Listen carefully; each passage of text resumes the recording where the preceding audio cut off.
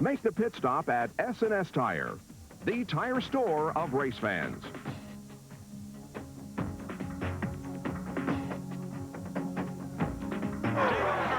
Is a champion of the Daytona 500. And off to Jackson.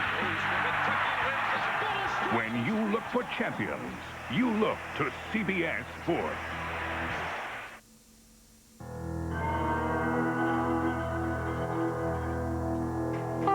At the line, it is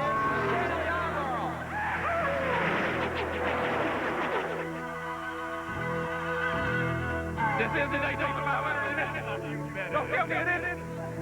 Thank God.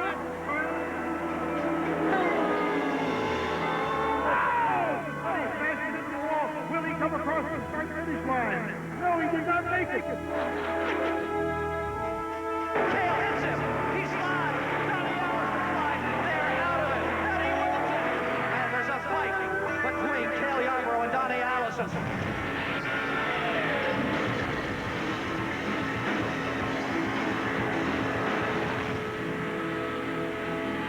The roar of champions, a sound that forever rumbles round the banked curves they call Daytona.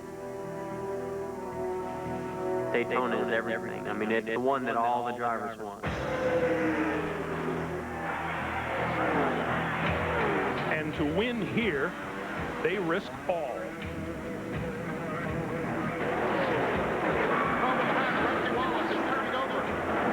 Rusty Wallace, 20 feet in the air, spinning, crashing. Rusty Wallace, consumed by the chase, like so many veterans who have never won this race.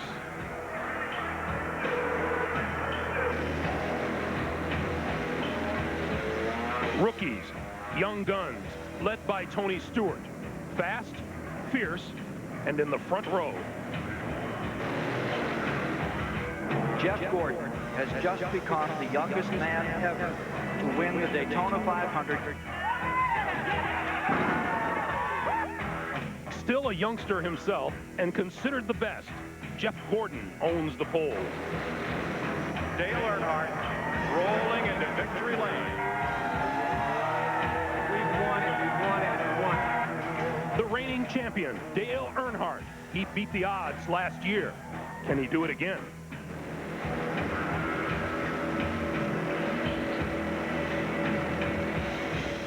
Today, 43 men, stock cars' finest, in the great American race, the Daytona 500.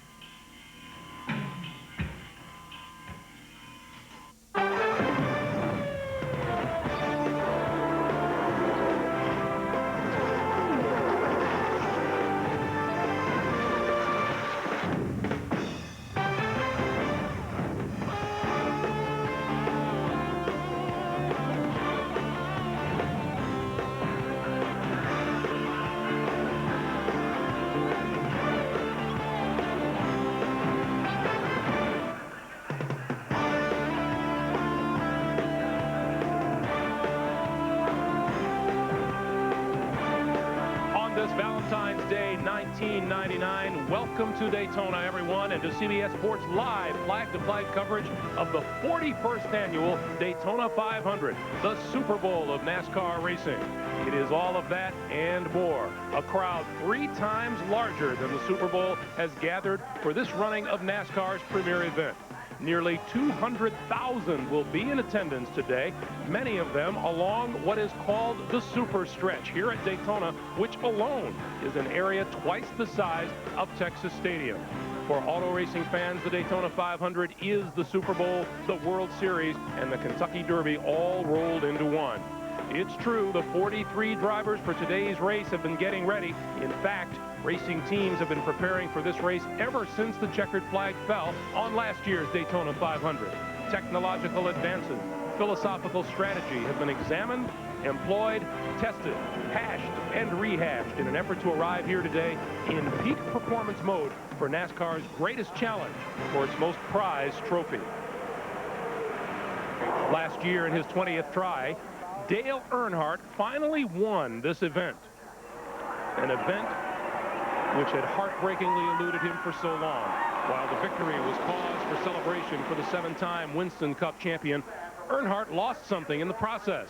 You see, when a driver wins the Daytona 500, they're contractually obligated to have their winning car and all of its contents put on display for a full year at Daytona, USA. Well, the one item Dale wanted most was a lucky penny he had taped to the dashboard of his car, given him prior to last year's race by a little girl from Kentucky who just wanted to meet her favorite driver. How lucky was that penny to Dale? He didn't win a race the rest of the year, but this morning, as you saw, Earnhardt was finally permitted to retrieve his lucky 1-cent piece. Ralph Shaheen is standing by with the man they call the Intimidator, Dale Earnhardt. Well, it took Dale 20 tries to finally get that first Daytona 500 victory. You've had a whole year to relish that. How hungry are you for number 2? Well, it's time. It's been just 12 months, and I'm ready to win again. And, you know, the car's running great, and all I can say is we just got to be there 499 miles and be in position to win it. So work hard and stay in shape, out of trouble. Good pit stops. We'll be there. Well, good luck to you today, Dale. If he can do it, he will be only the 4th man in the history of the race to win back-to-back. Now let's go to the front of the grid and the man who is the editor of Stock Car Racing Magazine, Dick Berggren. Thanks, Ralph. Tony Stewart is an IndyCar champion, but here at the Daytona 500, he's a rookie. And the veterans don't like to draft with rookies, but you need drafting help to stay up front, Tony Stewart. How do you fix that problem today? Well, we may have to drop back at first, but, you know, once we get back and find us a hole, then I'm sure as we run this race, hopefully we'll gain some respect from these guys. And, you know, if the first half of the race I run really smart and show these guys I'm not going to do anything stupid, hopefully we'll pick up some friends later on. And the sign on his dashboard says patience, and that is exactly what he has to execute today. Starting on the pole is a man who is anything but a rookie here at Daytona, Jeff Gordon, who's been winning races since he first came here in 1993. Winning the pole is one thing, but that's a very different setup than a race setup. You had the fastest car for qualifying. You got the fastest car in the race? Well, we're going to find out. And I don't know if the fastest car is always the one that wins here. You know, you have to have a good handling race car. These cooler temperatures are going to help with that a little bit. But there's a lot of guys that are very strong, and it's all going to come down to a good pit stop and good track position. I hope I'm somewhere in that mix at the end of this race. Good luck to you, Jeff. To Bill Stevens. Mark Martin has had a sensational racing career, but the sport's 2 biggest prizes have eluded him, the Winston Cup Championship and a victory here in Daytona. He won the Bud Shootout last week, but Mark, this is the race you really want. Well, this is it. This is the great American race. I tell you what, we're all fired up about it. The Valvoline team's got this Taurus running well, and we're just hoping to have a shot at this thing. He's been here 15 times. He has 5 top 10 finishes. To Greg Gumbel. All right, thank you, Bill, and welcome to the culmination of Daytona Speed Weeks, the last of this millennium and the official start of NASCAR's next 50 years. Hi, everyone. I'm Greg Gumbel. Happy Valentine's Day to you and yours from all of us at CBS Sports. How this race has grown from its early days on the beach. Today, the winner will take home $1.1 million. There's over $8 million in prize money at stake. This race has been won by the sport's greatest legends. Richard Petty, Cale Yarborough, and Bobby Allison have become immortalized here. But Daytona is also the place where legends are born. Is this the breakthrough year for Terry Labonte, Mark Martin, or Kenny Schrader? In about 3.5 hours, we'll find out. Joining me now is a man who has been to every Daytona 500 since 1964 and whose name is synonymous with auto racing, my colleague Ken Squire. This is CBS's 20th year here at Daytona. That means 1979 was the first visit here for the network. Do you remember that year? Oh, who could ever forget that race? 1979 was a defining moment in American motorsport. You know, that was the year when a major network first stepped up and treated this event as they would a Masters or the Super Bowl. And they did it so well. The coverage was fantastic that year, and it changed America's perception about American stock car racing. That finish, what a remarkable moment. Allison throws the block. Cale hits him. He slides. Donnie Allison slides. They get again. They drive into the turn. They're hitting the wall. They're head on the wall. They slide down to the inside. Let's watch those third-place cars. They're out of it. Here they come. Waltrip trying to slingshot. Petty is out in front at the line. Waltrip to the inside. Petty wins it. And there's a fight between Cale Yarborough and Donnie Allison. The tempers. Today, the man that is still the symbol of American motorsport. He was the key factor, I think, along with the television coverage. Richard Petty, that man who represents best that whole sense of a common guy doing uncommon deeds. When he won that 6,500, it helped so much to really put this racing game on the top of the heap. Just one question. Are you ready for today, Ken? I'm always ready for this one. This is a great. Coming up, one of the greatest commands in all of sports when CBS Sports Live flag-to-flag coverage of the Daytona 500 continues. CBS Sports presentation of the Daytona 500 is sponsored by Pennzoil with Pure Base. Stop, go, Pennzoil. Nextel. You've never used a phone like this before. And by Goodyear, innovators of run-flat technology. It knows 2 speeds. Stop and go. It just beat a series of the toughest stop-and-go driving tests in the world, and it's brand new. Go ahead. Guess. You have 4.3 seconds.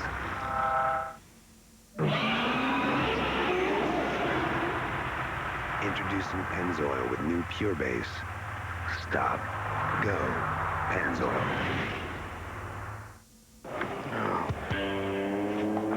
What'd you get the club? Accounting. Accounting gave you a club? Yeah, I made him a deal.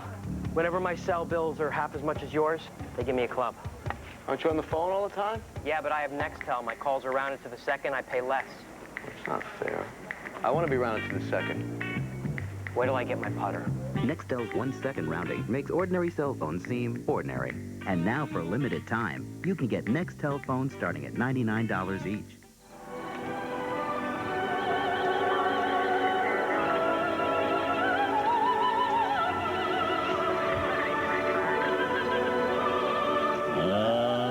Stolen moments with the one you love. Is it wrong? Heck no.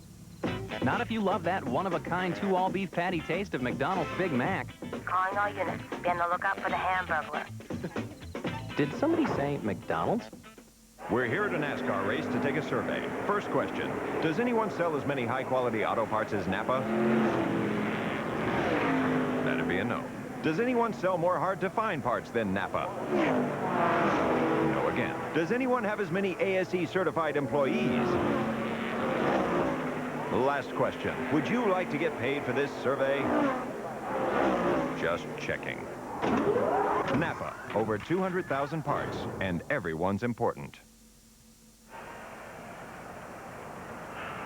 Welcome back to the Daytona International Speedway, everyone. It will be a cold and windy day by Florida standards for the race, but there is no rain in the forecast, although it is overcast at the moment. The temperature is 53 degrees, a temperature or humidity of 58%, and a slight wind at this point, although it was gustier earlier today. The forecast is for partly sunny skies, so we will keep an eye out for those. The track temperature is at 77, and Dick Berggren reports that the car temperatures are up already.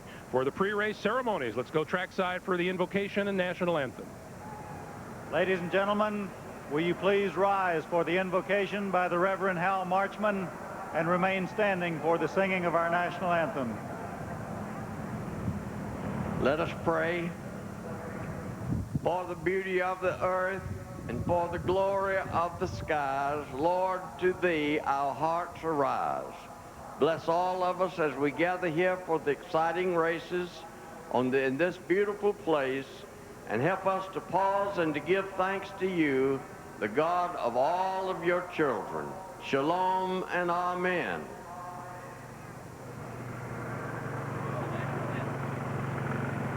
And now, to honor America, the Star-Spangled Banner by Atlantic recording artist Edwin McCain. Oh, say, can you see by the dawn's early light what so proudly we hailed at the twilight's last gleaming, whose broad stripes and bright stars through the perilous fight o'er the ramparts we watched were so gallantly streaming, and the rocket's red glare, the bombs bursting in air, gave proof that our flag was still there. Oh, say does that star-spangled banner yet wave o'er the land of the free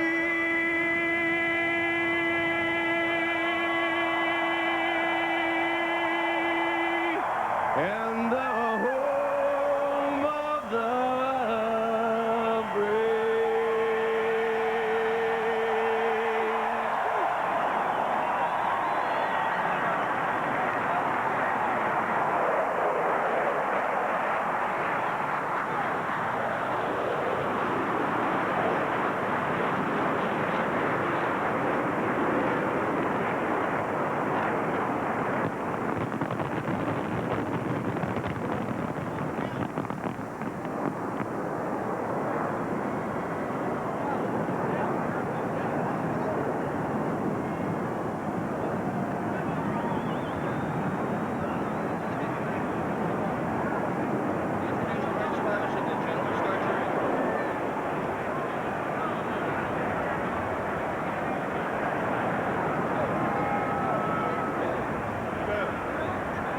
And now, for the most famous words in motorsports, the Grand Marshal of the Daytona 500, the Honorable Supreme Court Justice Clarence Thomas.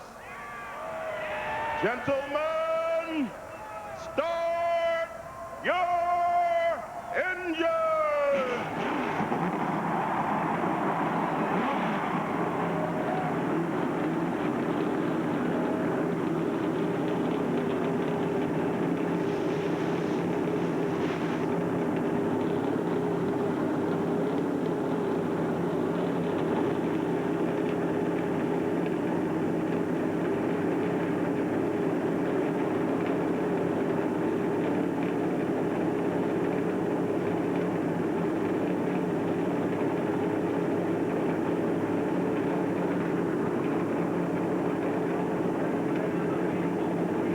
Pre-race festivities now under our belts. Let's take you upstairs to the gentleman who will call this 41st annual Daytona 500, Mike Joy, Ned Jarrett, and Buddy Baker. Thanks, Greg, and hello, everyone. NASCAR is the only major sport to start its season with its biggest and most important event, the Daytona 500. Two-time national champion Ned Jarrett ran this race 7 times. Ned, this race, 40 years, only 26 different drivers have won it. It's so big to win, but it's so hard to win. It is so hard to win, Mike, and I'm sorry that I never did get to do it. And the fact that Richard Petty won it 7 times is still hard to believe. It just points up how great of a race driver he really was. Now, there are 8 drivers in the field today who have had the experience of getting in victory lane here in the Daytona 500, and I'll tell you, there's nothing like it. Certainly those 8 drivers would like to repeat here today. And there's some great names who have not had that experience. They want in there real bad. Guys like Mark Martin, Rusty Wallace, Ricky Rudd, Terry Labonte, Ken Schrader. The list goes on and on. You can bet your bottom dollar they're going to be trying to get their name on that trophy. If this race had been the Daytona 450, Buddy Baker would have won it, about 11 times. But in 18 years of trying, finally, you got to victory lane here. What did it feel like? That was the biggest day in Buddy Baker's racing life. I tell you, I think back going around the racetrack in Columbia, South Carolina on half-mile dirt, thinking someday I was going to win the Daytona 500 and to have my dream come true. And you know what? When I give speeches at clubs around the country, the first thing anybody asks me is a question about the Daytona 500. It's special, it's great, and I won it.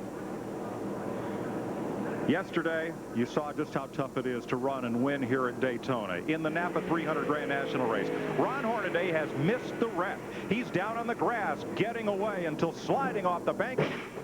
Comes Phil Parsons, and Jimmy Kitchens pounds into the left side, takes him out of contention. How about 18-year-old rookie Casey Atwood, number 27, in second place, 1 lap to go, and he goes on a flyer.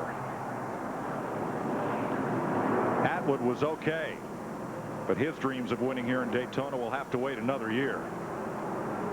Randy LaJoie won the Grand National 300 yesterday.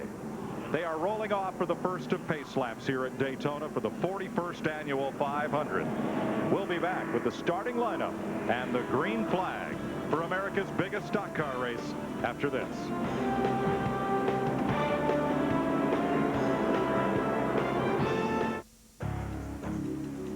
There are many ways you can get stuck with a flat tire. But not with this tire. Even with no air pressure, you keep driving to safety. The Goodyear AquaSteel Run Flat. It could be the difference between getting stuck and getting there. Only from Goodyear. Dial 10-10-345 for long distance. Calls are always 10 cents a minute. Long calls, short calls, 10 cents a minute with no monthly fee. And every call's a chance to win a prize. So dial 10-10-345 plus 1 in the number today. Rough. That's me, Bill. Here we are at the Super 8.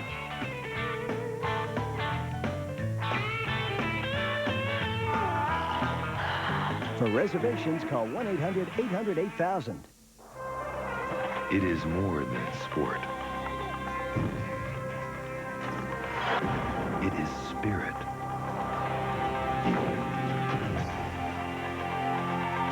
Ritual.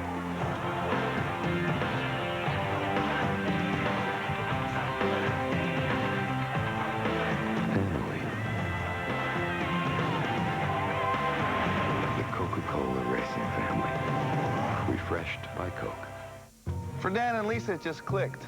So they loaded up their Ford Expedition and got back to doing what they loved. Answering the call of the wild. I lost them. And they unleashed a beast of their own. That big 5.4-liter Triton V8.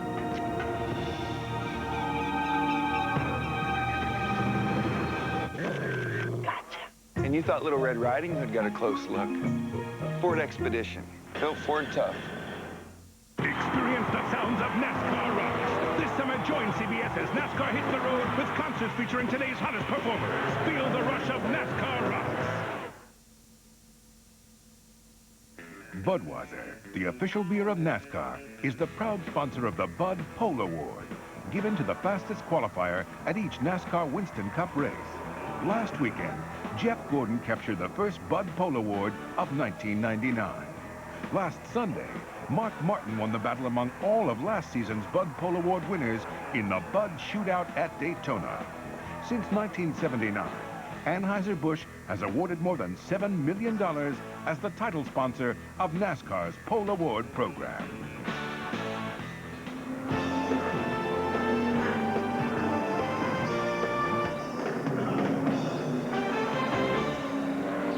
Welcome back to Daytona International Speedway. For 3 months, the teams have been preparing for the moment that's about to occur as they drop the green flag on the Daytona 500. Jeff Gordon starts on the pole. The 97 winner, 7 times this race has been won from the pole. A rookie's never won it. Tony Stewart will try today. Row 2, the qualifying race winners. Bobby Labonte, last year's runner-up in the 500, and Dale Earnhardt, its defending champion. Row 3, Jeff Burton, 5th here 3 years ago. Jeremy Mayfield was 3rd last year. Ken Schrader, the runner-up in '89, and Dale Jarrett, a 2-time winner. Mark Martin for the 15th time. He's trying to win it. Rusty Wallace, 17th year in the 500, looking for win 1. Jimmy Spencer and Mike Skinner, a couple of very aggressive drivers in row 6. Row 7, Michael Waltrip has 4 top 10 finishes in this race, and Kevin LePage in his second 500. Robert Presley finished 8th on Thursday, had a strong run. Bobby Hamilton is driving for a team that's won it a couple of times. Sterling Marlin won back-to-back 500s. Ward Burton finished 8th here 2 years ago. Terry Labonte, 2-time Winston Cup champ, trying to win here for the 21st time. And Derek Cope, the upset winner in 1990. Rick Mast and Rich Bickle fill the 11th row. Steve Park, a sophomore, and Kyle Petty in row 12. Jerry Nadeau, second-year driver, and Chad Little, row 13. Ted Musgrave from Wisconsin and Ricky Craven from Maine. Ricky Rudd in his 22nd 500 with Jeffrey Bodine, the 86 winner. Ernie Irvin and Joe Nemechek. Kenny Wallace and Wally Dallenbach. Dave Marcus in his 32nd consecutive 500, and John Andretti. 2-time winner Bill Elliott with rookie Elliott Sadler. Johnny Benson and Brett Bodine. Last year's Rookie of the Year Kenny Irwin, and Mike Wallace. Darrell Waltrip completes the 43-car field. There were 16 disappointed drivers who failed to qualify for the Daytona 500. You can see the list there. Among them, the Green brothers, David and Jeff. Steve Grissom didn't make it. Stanton Barrett, Andy Hillenberg, Morgan Shepherd. Dick Trickle's not in this field today.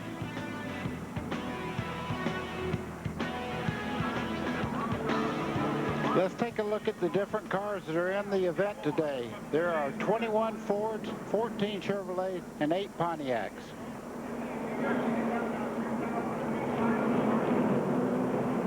There are 43 cars starting this race. They'll go for 200 laps. That's 500 miles for a purse of over $8 million.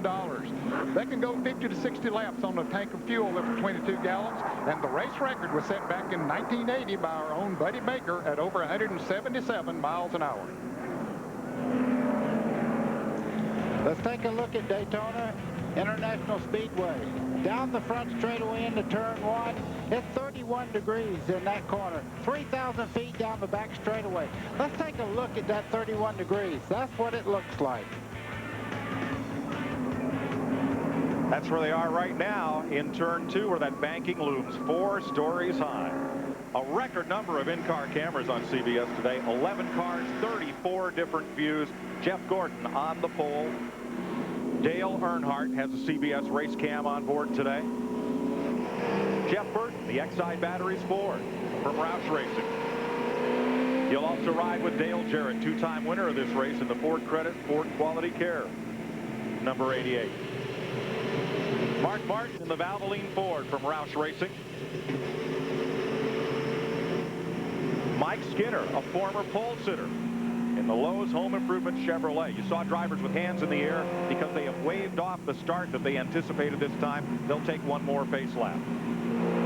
Robert Presley, the Jasper Engines and Transmissions Ford. With these views, you'll also ride with the Siemens in-car camera in the Bill Davis Pontiac for Ward Burton out of South Boston, Virginia. The Hendrick Budweiser Chevrolet changes its number from 50 back to 25, and Wally Dallenbach is the driver. And a sentimental favorite, NASCAR's most popular driver, Bill Elliott, the 2-time winner of the 500, and the Super 8 Motels onboard camera riding in his Ford. And finally, Kenny Irwin Jr., last year's Rookie of the Year, the Texaco Haviland Ford, will all be carrying CBS onboard cameras today. Dave Marcus, number 71, that dark, it's not black, it's camouflage-colored Chevrolet. He ties the record for most Daytona 500 starts, 32, with Richard Petty, but all of Marcus's starts have been consecutive. He has never failed to qualify for the big dance.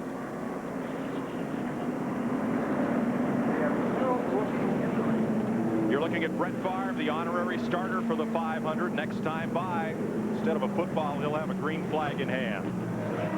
5 drivers have an added incentive here today. That's the R.J. Reynolds Winston No Bull 5 program. The first 5 finishers at Talladega last October have a Dayglow orange front spoiler, rear spoiler, and number on the roof.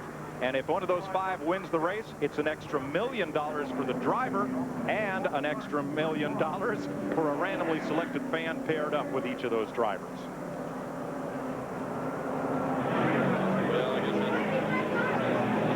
A look at the drivers' meeting. Reggie Jackson is here. Alan Jackson, the singer, is here. Say that I'd like to have the guts and the ability to drive the way you all drive. Thank you all and good luck. Honorable Associate Justice of the U.S. Supreme Court Clarence Thomas convinced these drivers he's a race fan. He's got a ZR1 Corvette, likes to hot-foot it, and he told us at the Grand Marshal's dinner last night, was looking at his wife when he said he'd rather go visit an engine builder's shop than an art gallery. All right, good for him. It's been a busy speed weeks here in Daytona. The Rob Dyson team, led by Butch Leisinger, with a Riley and Scott chassis and Ford engine, won the Rolex 24 Hours. Mike Skinner, the Bud Shootout qualifying race. Mark Martin's first ever Daytona win came in last Sunday's Bud Shootout. Pennsylvanian Bobby Gerhart won the ARCA 200. The Gatorade qualifying races for this 500, won by Bobby Labonte and Dale Earnhardt. Christian Elder, victorious in a crash-marred NASCAR dash race on Friday. Dale Earnhardt made a last lap pass to win the International Race of Champions event. And yesterday, the fellow they call the old man, former series champ Randy LaJoie, won the Napa 300. Congratulations to all. It has been a busy couple of weeks here at the Daytona International Speedway, and the biggest one of all coming up. as they come down for the green flag. They'll be turning this 2.5-mile racetrack in about 47 seconds under race conditions today. The engines in these cars are restricted by NASCAR. The amount of air that can flow through the engines are limited. So it will take these cars more than a full lap to get up to full speed. And drivers that gain momentum on the start will be looking to move up quickly before they come to 190 miles an hour the second time by. Pontiac Grand Prix pace car dips to pit road. Jeff Gordon, youngest man to ever win the 500, and Tony Stewart, IRL champion and rookie, bring them down. Rick Barr waves the green flag, and the season is on.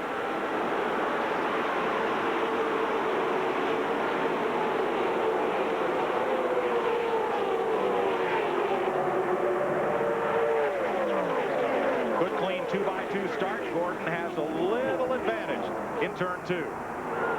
Normally, the first couple of laps, the inside groove is the place to be, especially when the tires are still new. They get a lot of grip down there, but Tony Stewart trying to change that as he goes down the back straightaway. He is that. Jeff Gordon fights back on the inside as we watch him go down into turn 3 there. Bobby Labonte in the 18, Mike, is right on his heels. And here comes Earnhardt, the man in black in number 3. Looks to split the 2 leaders. Not going to get there. Jeff Gordon's going to haul him off the corner to complete lap 1. Bobby Labonte on the inside for second. Gordon drops down a lane right in front of Labonte to lead it. Through the tri-oval here, that's 18 degrees of banking right there. You can see the back of the car very unstable as they start off onto the flat part of the straightaway there, which is 6 degrees of banking. It's only the 3rd time in the last 7 years when the pole sitter has led the opening lap. And Jeff Gordon was happy to do that because it gave him 5 bonus points. In NASCAR Winston Cup Racing, if you lead a lap, it's 5 bonus points. Tony Stewart climbs the hill a little bit there. 3 deep. Bobby Labonte wants to get those 5 bonus points. He wants to lead. Earnhart behind Stewart. Not willing to take it 3 wide just on the 2nd lap of the race. Tony Stewart is showing a lot of muscle there on the outside. You see him still running with Gordon side by side. Bobby Labonte's loving it because that one car out there in front, he don't have to worry. As long as they run side by side, he'll keep that lead. Bobby Labonte to the front. He pairs up with Gordon on the inside lane. Tony Stewart, that orange Pontiac, leads the outside groove. Ned, this looks like a 190-mile-an-hour pace lap. It certainly does. No one has been able to pull away or get an advantage. They're still running side by side for every position excepting the first one. Tony Stewart made a little bit of a rookie mistake just in the middle of that corner. He went a little bit high, but he got great momentum going down the back straightaway, and they're still side by side. Ralph Shaheen. Mike, the Joe Gibbs Racing team knows that Tony Stewart's car is actually a little bit quicker than Bobby Labonte's machine. They want him to try to get up with Bobby. Since he's a rookie, they don't think too many people will want to run with him. They want him to get up to Bobby, tuck on his rear bumper, and ball him if he can. Second Daytona 500, Bobby Labonte has led in 8 starts. Down to the inside, Gordon. Labonte just takes it 1 lane lower to hold him at bay. Jeff Burton is up for 3rd in that Roush number 99 Ford, the purple and black machine. 4th is Kenny Schrader. Schrader has shown a willingness to take the lane others won't. Now he's in the middle as dropping down to the bottom comes one of those fast Fords. We were wondering how long it'd take, Ned, before they started running 3x3 back in that group, and it didn't take them very long. They get momentum coming off of the turn, pick up the draft, and are able to move right by. That was Dale Jarrett making the move 3 wide on the bottom. On the upper left of your screen on our CBS scoreboard, a driver displayed in green. It's one that has moved up in the last lap, and a driver displayed in red, like Kyle Petty or Ricky Craven, has lost a spot since the last time by. Tony Stewart's in trouble right now. He'll be dropping back. He's caught in the center part there where all the turbulence is on the draft off these cars. He'll probably lose 8, 10, maybe 15 positions. Yeah, he needs to try to get himself in line if he possibly can, because running 3 abreast for a full lap on this racetrack normally is not good. As a rookie, the established Winston Cup drivers have not yet learned to trust Tony Stewart on this 2.5-mile super speedway, so they may be a little reluctant to link up with him. But he has a fast car. Some drivers will take that chance and try to work back to the front with Stewart. But right now, he's in no man's land. Yeah, that's a recipe for a wreck right there where he's at. He has to be very, very careful, and so do the people around him. Buddy Is he the nervous man in town right now? Well, what he's trying to find him a place, but as you can see, there's not a car out there to pull in. He would love to get in either lane right now. He moves up on Kevin LePage there in the 16. Now he's back in line. He'll pick up the pace. At the front, pretty much 2x2 through the mid-pack. Well, till you get to Mike Skinner, and then he wanted to move down on the inside. 2 cars at the front, single file. And then Ken Schrader battles with Dale Earnhardt. Boy, they've had their battles in the past, and they're pretty good friends. I think those are the 2 strongest cars after long runs is Earnhardt and Kenny Schrader. He showed a lot of muscle in every race, and he's not afraid to go up there and take a chance. Here comes, look on the outside, here comes Dale Earnhardt. We're riding with Dale Jarrett in the Robert Yates Ford. Jarrett in 6th place on that low side. That's Kenny Schrader just in front of him. That low side is going to move up to challenge Earnhardt once again in that 3,000-foot back straightaway. It's overcast here today, and it's cool. The track is not as slick as it's been all week here. It's been very hot here at Daytona, and the setups are maybe a little bit different. Certainly the cars are a lot tighter than they would have been. Here's Earnhardt making a move. Dale Earnhardt around the outside. He's got help from Jeff Burton, Jeremy Mayfield, and Rusty Wallace. Well, I take back what I said about that inside lane being That wasn't until Dale Earnhardt got up on the outside. Yeah, but he's still having a battle with Bobby Labonte. They're side by side. 7 laps complete, and I've never seen a Daytona 500 go this long without at least a small pack trying to break away. But they are still, this is Noah's Ark at 190 miles an hour. It is nerve-wracking. Here comes Jarrett again down on the inside trying to make that 3-wide move, and he does. He gets up on the back bumper of Jeff Gordon. And the fellow they stuck in the middle was Schrader. And look at him back up in that green and white 33. Mike, every bit of the turbulence off these cars goes right down the middle of that group. That's why they drop back when you get in the middle there. Ride with Jeff Burton. Into the tri-oval start-finish line. Up his inside there is Jeff Gordon. Now you see Earnhardt pulling over towards that inside line. You get a draft off of those cars. Even you don't want to go way out wide. That's what Tony Stewart did earlier in the race, and it cost him a lot of position. We'll talk a lot today about team racing. Watch how 2 teammates have found each other already, and their cars are similarly painted. Number 12, Jeremy Mayfield, and 13, Rusty Wallace, or rather 2 Rusty Wallace. Those white and blue Fords, they link up and they work well together, and they'll do that all day. Let's go to Dick Berggren. Many of the teams in today's race have selected brand new race cars, such as the case with the number 24 of Jeff Gordon, who is running in 2nd. Bobby Labonte, on the other hand, your leader, decided to run a year-old car. And why not? The car that's in the lead right now last year won 3 poles, an outside pole, hit 1 Talladega, and it was 2nd at both races here at Daytona in '98. To Ralph. Dick, not only that, but what is going on right now between Bobby and Dale Earnhardt is a great morale boost for that Joe Gibbs racing team.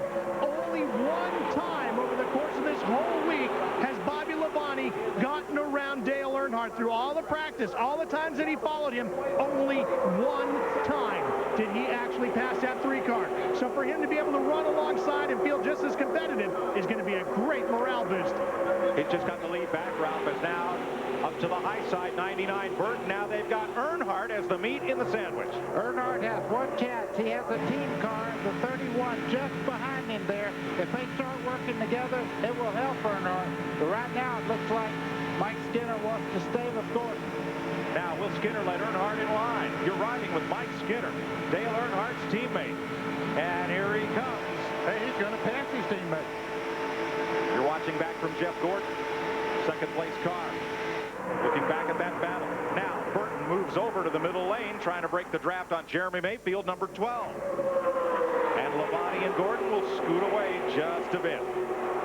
Earnhardt is still the hot dog between 2 halves of the bun. Absolutely. You hardly ever see Dale Earnhardt make that mistake, but he got in the center part. Now he has the inside lane. He'll start coming back up towards the front. Yeah, there wasn't a whole lot he could do about it. Jeff Burton just pulled on the outside and coming off of turn 4, and hey, there he was. There wasn't a great deal that he could do about it.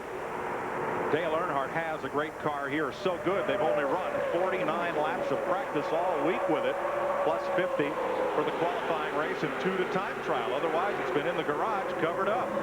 We are 11 laps into the Daytona 500. We'll be right back with you live on CBS.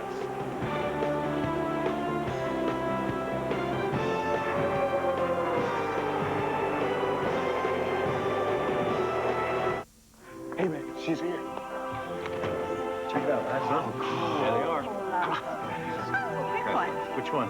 You like this one? Easy then. Easy. How about this little guy? Huh? Yeah. Good choice.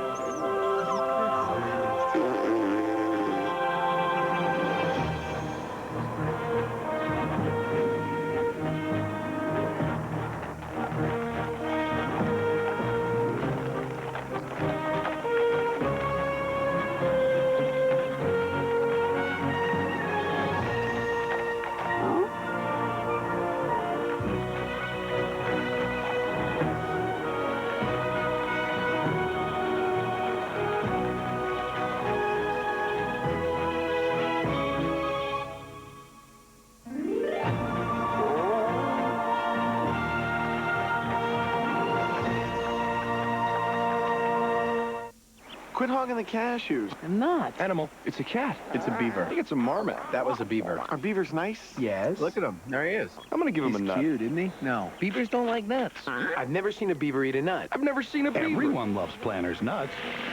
Fresh roasted taste, and they're cholesterol-free.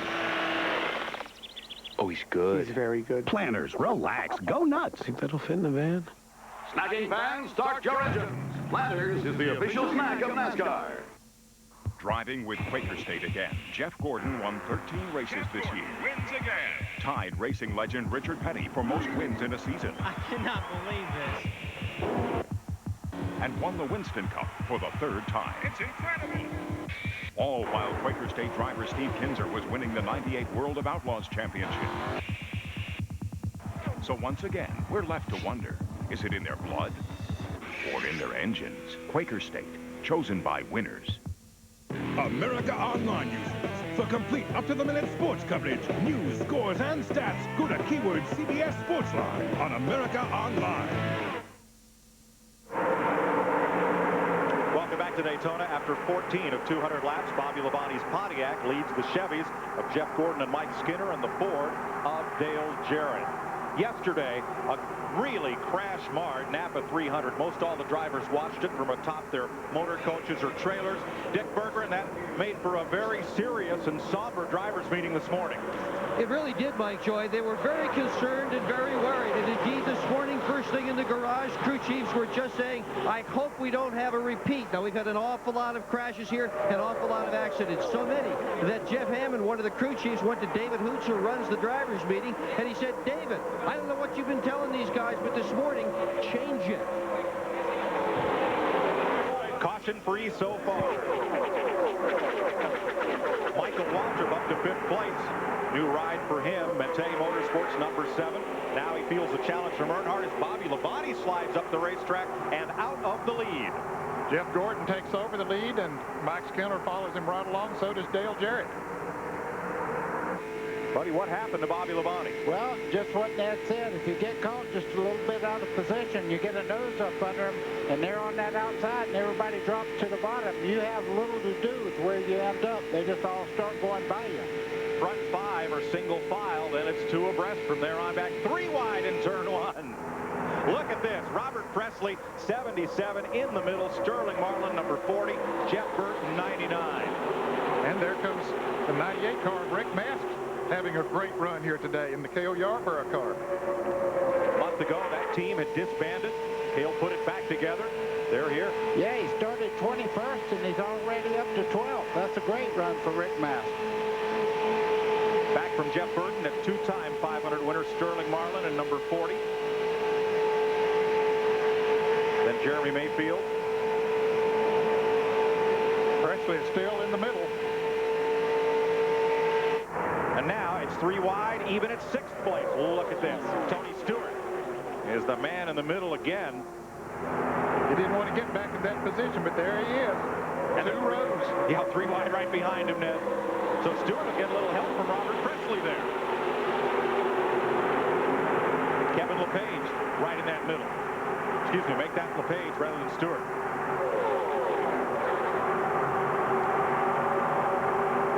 Boy,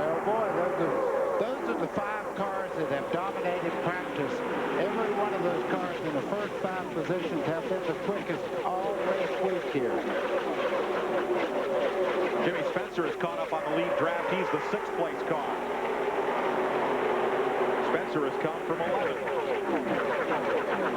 Let's go to Bill Stevens. Mike, they're thrilled with the performance of Jimmy Spencer's car all this week. Crew Chief Donnie Wingo has been telling me they have not been able to get that car to move. They've changed everything on it, and it looks finally as if all those changes are paying off here on race day. The big way as he swings. He's right up in the lead draft. The biggest thing in that car right now is the man behind the wheel. I'm going to tell you, he makes up about 3/10 of a second just by being determined to move up in the field. One car backing up on the outside. That could have been Jeff Burton.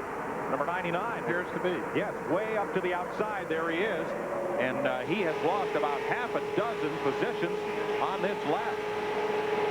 Number 99, Burton, is falling to the tail end of the field. We have run 19 laps, and they're still going by Jeff Burton. And the field is still separated by just a little over 4 seconds from 1st to 43rd. Let's go trackside, Ken Squire.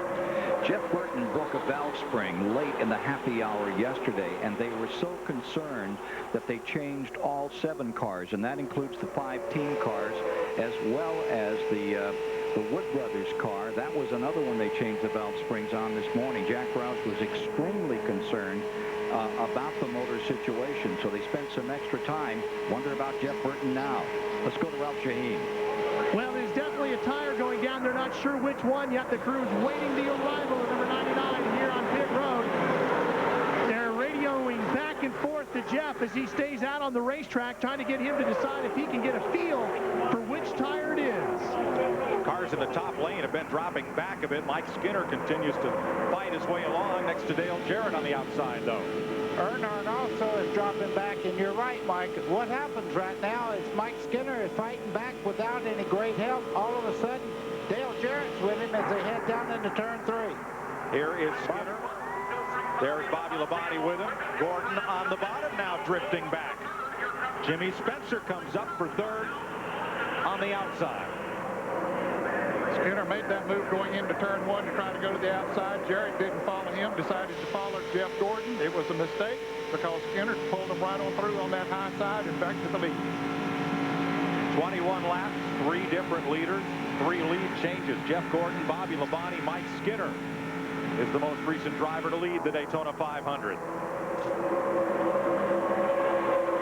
That's Sterling Marlin on the outside, driving for Felix Sabates, trying to track down Jimmy Spencer in that high line. Boy, I was just thinking of Jimmy Spencer all the way up to 3rd from 11th right now, showing a lot of early muscle. Just behind him, one of the fastest cars in all the practice here, Sterling Marlin.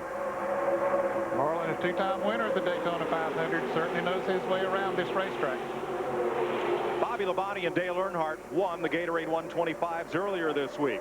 They know what it takes to race well here, but we asked them, how easy is it to pick out a partner to draft with?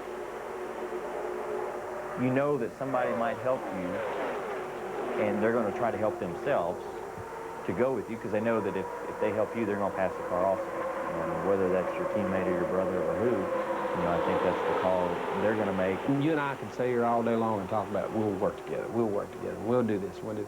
Man, when there's 40 race cars out there and they get to moving around, you can't get in the line you want to get in. You can't get with a guy you want to be with. Sounds like he was telling us that right now instead of yesterday. That's the position he's in. Earnhardt has been there right at the front, but has not been able to get back up there. He's been shuffled back, but his teammate Mike Skinner is up there. 23 laps, caution-free. Let's go to Dick Berggren.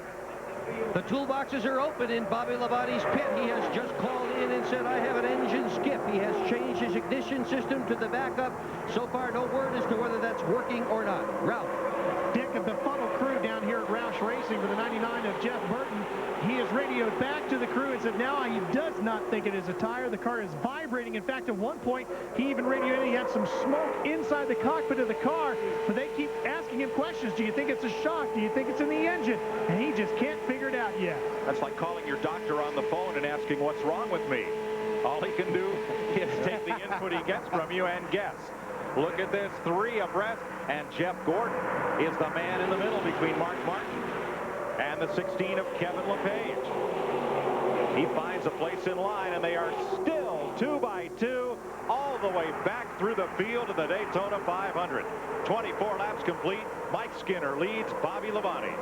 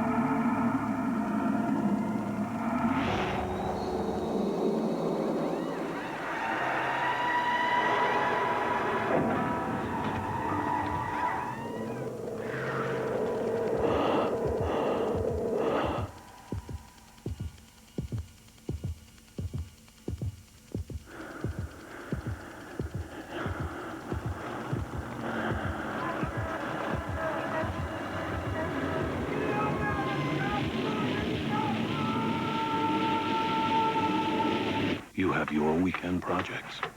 We have ours.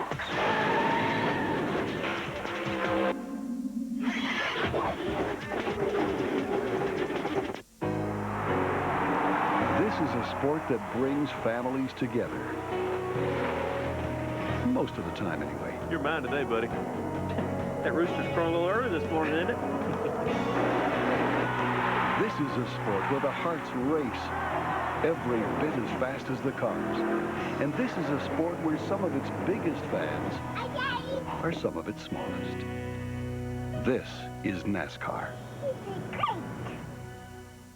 You know, a man can be judged by more than just who he is. And today, the jury is out at 211 Vine Street. Jewelry from? Guess who I saw last night? Who?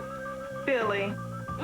That man is fine. Too fine. And that car is hot. Inside that car is hot. It's ruby red. I know. That man in his Mustang. I look good in that car.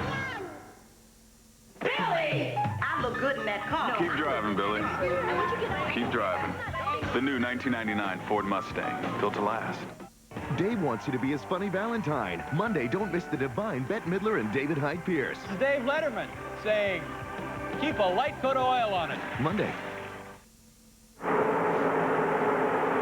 Just outside the start-finish grandstand at Daytona, that square-shaped facility is the Daytona Club, a 1.5-acre tent that's played host to thousands of guests during speed weeks. It has several themed sections, including Italian, Mexican, and continental dining. That overhead shot, courtesy of the Goodyear Blimp Stars and Stripes, based in Pompano Beach, Florida. Captain Dan Thomas from Endeavor, Wisconsin, at the controls today. 28 laps into the Great American Race, and Mike Skinner, former pole sitter, has been pulling this 40-car train. Bobby Labonte's Pontiac in second, Dale Jarrett's Ford in third, Rusty Wallace in a Ford, number 2 in fourth. Tony Stewart, there's the outside pole sitter, the rookie in that orange Pontiac, number 20. And Jeremy Mayfield in the number 12 Ford. They've gained a little distance on the field. Stewart has worked his way back. He had dropped back to about 12th place when he got in the middle there a while back, but has been able to work his way back up there now in single file, running along there in 6th, 5th place. Mike, when we were in the garage area just a little while back, we were told that Tony Stewart and Jeremy Mayfield hooked up in practice. They found a combination. They're going to work together. And for the Richard Petty and John Andretti fans, the STP Pontiac is being pushed behind the wall. Apparently something went wrong with the engine. Ken Squire. Yeah, that's a tough one for them. They've had some motor problems. They got caught in the 125 in the first lap incident. Number 33 came out for this race sporting all petty blue for the first time since 1971. Thought it might change their luck. Back to when Andy Granatelli first joined the group and put one sticker on the car, but apparently luck wasn't a factor today. Engine trouble. They're now shown 4 laps down. Looks like their day may be over. Those Petty blue cars have won 9 Daytona 500s. Richard Petty won 7. Lee Petty won the first one. Pete Hamilton in 1970 won it with a number 40 Petty blue Plymouth Superbird. How about Mike Skinner, first champion of the NASCAR Craftsman Truck Series, up for his second try at Winston Cup Racing in his career. The Susanville, California driver, his teammate to Dale Earnhardt for Richard Childress Racing. You know, he's never won a points race in a Winston Cup car.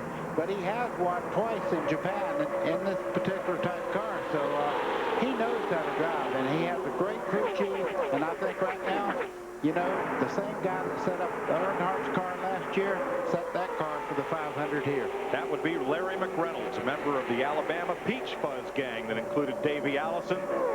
Came out of the Birmingham short track and rose to prominence here in Winston Cup. There are 13 cars now, Mike. You can see that train right there coming by that have pulled away. You see the distance back there to that second group. Ken Schrader heads them up in 12th place, but that front group up there running single file are beginning to pull away. Well, as long as this group, Ned, runs double file, the law of the draft proves that a single file group of cars will be faster than cars racing side by side. That's why this group can pull away. Here's Ralph. Larry McReynolds is the crew chief for Mike Skinner. And Larry, you're the man, the crew chief, Dale Earnhardt, to his first Daytona 500 victory.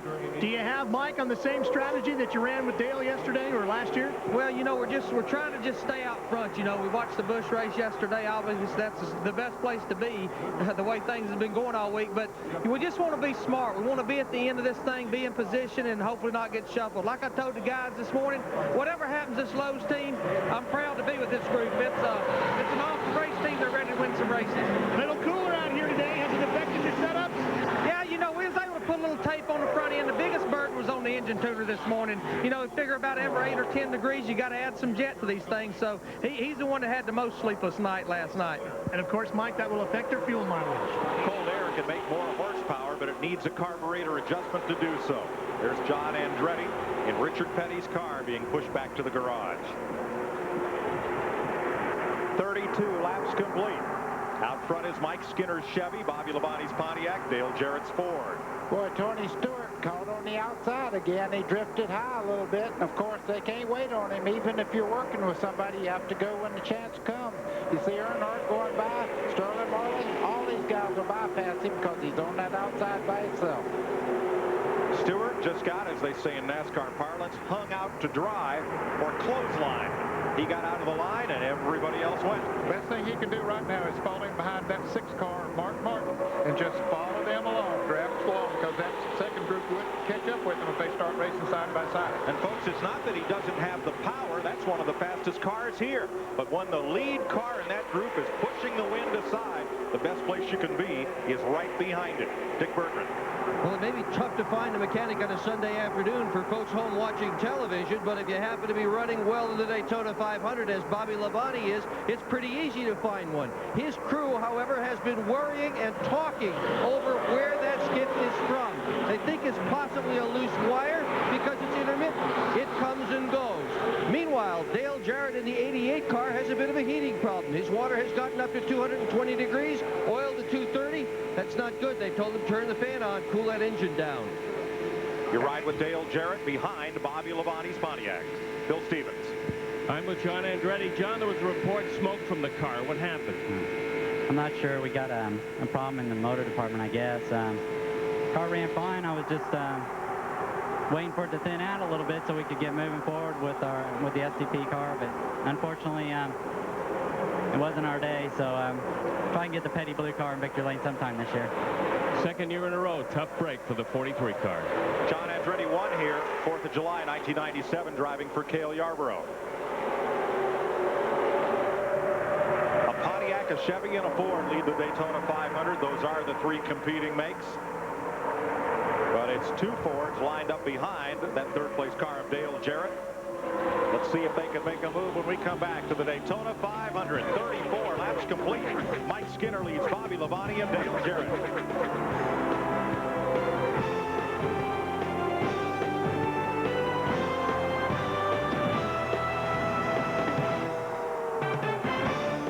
Courage, something shared by countless Americans.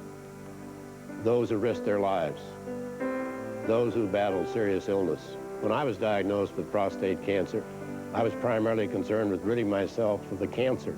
But secondly, I was concerned about possible post-operative side effects like erectile dysfunction, ED, often called impotence.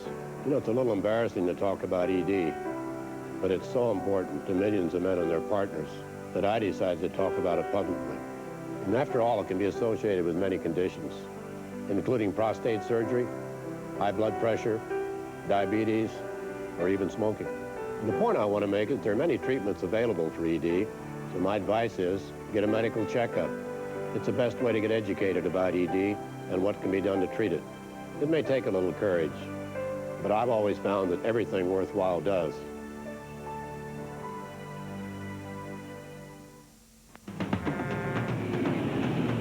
Get ready. They're here. The most precious metals are about to arrive. Stand back, boys. Introducing Racing Champions Precious Metal Series Limited Edition Collectible Diecast. In gold. In 24-karat gold. And platinum. NASCAR collectibles so unique they could only be called precious metals. Better get your hands on them. Before we get them all. Racing Champions Precious Metals and Originals. There's a new series to collect every month. Available at your favorite retailer. There are many ways you can get stuck with a flat tire. But not with this tire. Even with no air pressure, you keep driving to safety. The Goodyear Aquasteel Run Flat. It could be the difference between getting stuck and getting there.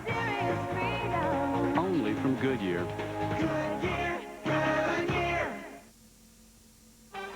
This CBS Sports Race Summary is sponsored by Goodyear, innovators of Run Flat technology.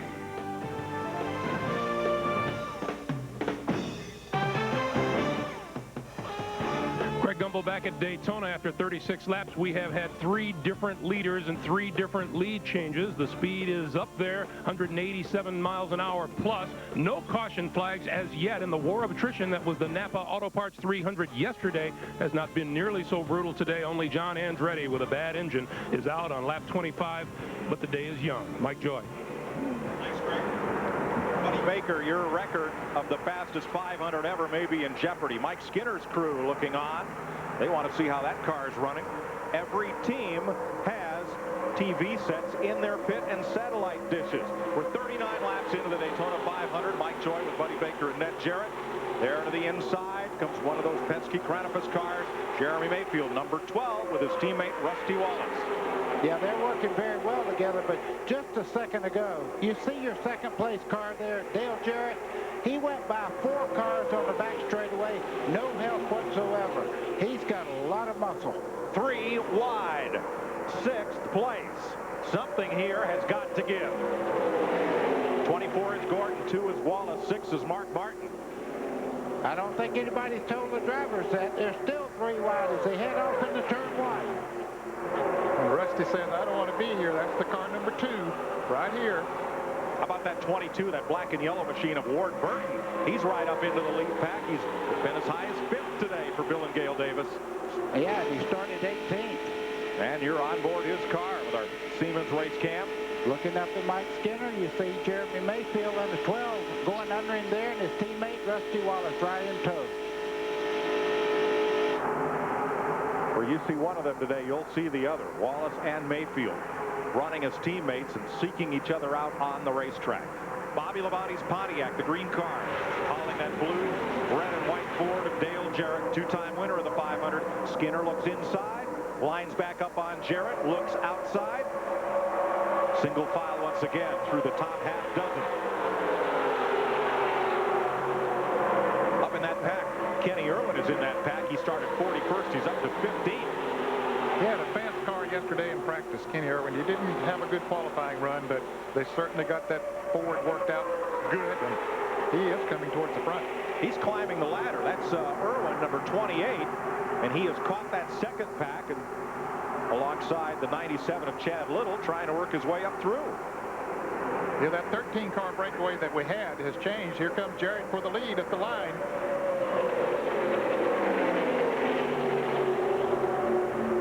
Boy, and he's got everybody behind him. When you make a pass like he made a while ago right by yourself, everybody goes, whoa, wait a minute. Maybe we ought to get with him and go. And Bobby Labonte looks in his rearview mirror and sees the next worst thing after Dale Earnhardt, which is nobody. Back he goes. Let's go on board with Mike Skinner and our Circuit City onboard telemetry. Well, he's turning about 6,700 down the back straightaway there. About 190 miles an hour down going into turn 3. You can see the cars moving up and down. This racetrack is a little bit bumpy. Off turn 4, down the little short chute here, and you'll see the car rock over to the left. That's through the triangle here. Start finishing line right there. Now another little short chute heading in turn 1. They'll run right along the wall and then just dive right down to the white line on the bottom. You can see the car kind of wiggling right there. It's bumpy right there. You see it jump again. Now he's coming off towards the back straightaway. He'll go out against the wall. And that's what it's like to go around Daytona with a fast car. Now, for you mechanical buffs out there, you see that RPM there, a little less than 7,000 RPMs, and you say, well, I thought these Winston Cup cars turned 8,500, 9,000. They do on all the tracks except from the restrictor plate tracks, but not where the engines are restricted. And Ricky Craven, an unscheduled pit stop here in car number 58. Bad vibration for Craven. He is in about 15 laps before he would like to make a pit stop. This will cost him 1 lap to the field and take him out of sequence. Dale Jarrett is your leader. It's the first time a Ford has led today, and no Ford led a lap in the qualifying races on Thursday. We're 44 laps into the Daytona 500, caution-free thus far. CBS Sports coverage continues after this message and a word from your local station.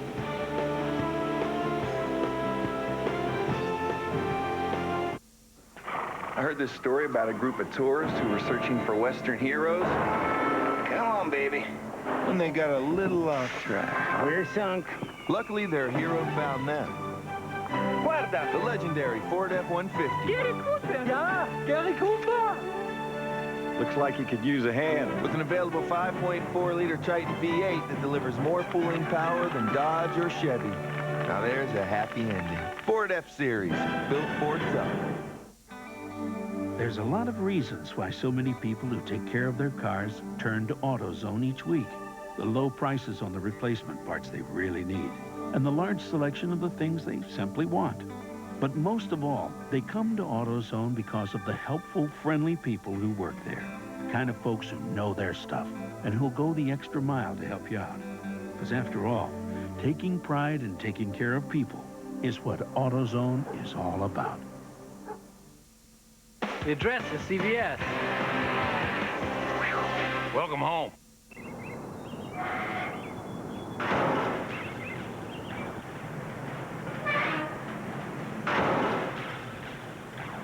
Introducing America Choice from GTE Wireless. Now you can use your wireless phone anywhere in the country without worrying about roaming or long-distance charges. New America Choice, only from GTE Wireless. Welcome to the United States of America. Mark, right side rubber. Once Winn-Dixie race car driver Mark Martin puts the hammer down, it's pretty hard to get him to stop. Mark, you're low on fuel. Better fire up, boys. Mark, this is Jack. What's up, Jack? Now, dang it, listen up. I can't believe you guys are doing this to me. Trying to keep you hungry, man. 10 more laps. WD brand steak from the beef people brings them in every time. Guess you're going to have to stay hungry. Make the pit stop at S&S Tire, the tire store of race fans.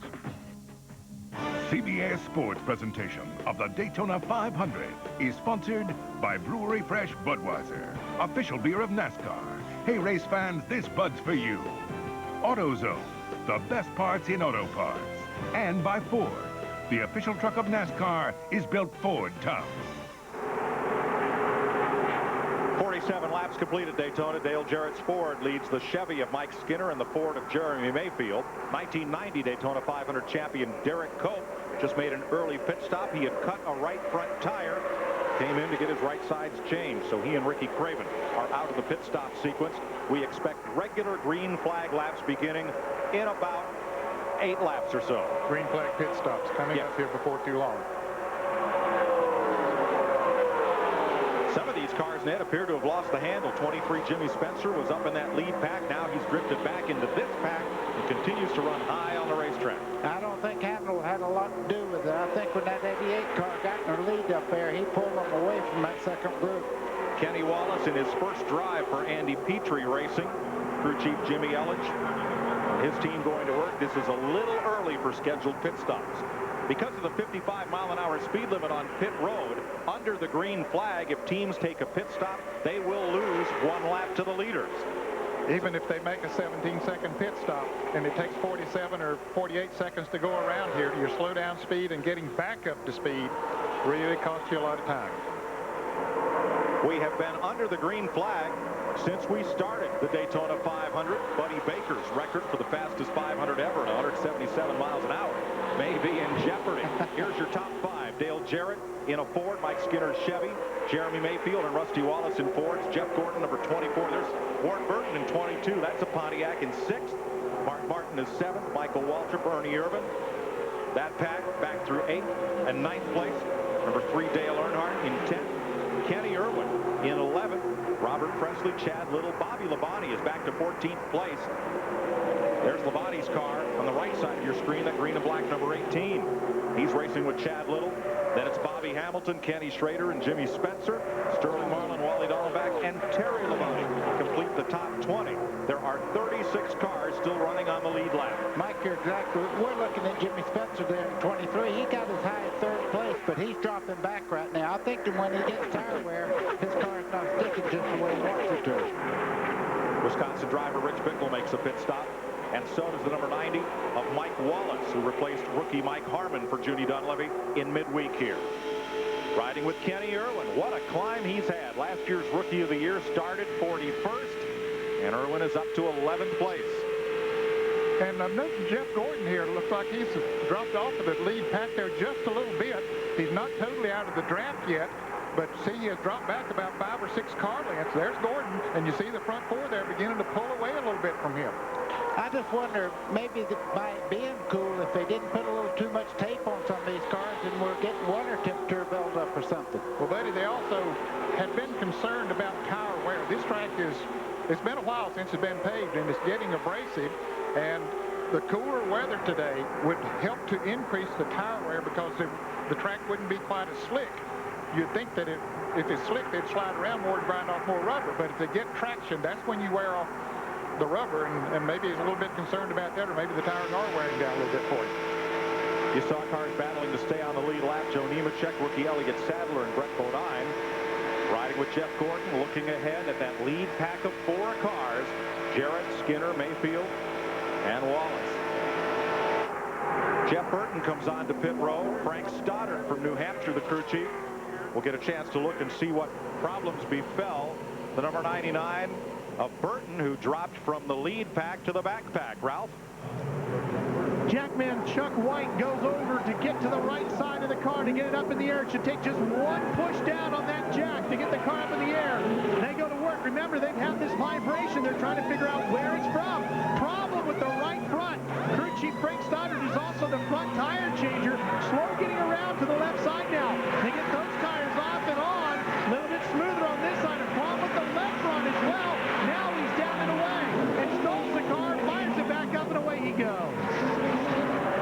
Dave Marcus coasting in, getting tires. Car weaved a bit coming in.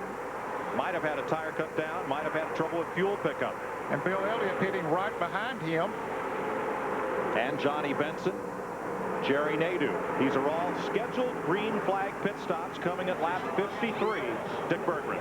Dale Earnhardt's crew member, Bobby Hutchins, has just been down to Bobby Labonte's pit and asked if they could pit together. They have agreed to do exactly that. Earnhardt fighting a push with his race car. He is not at all happy with the handling in that automobile.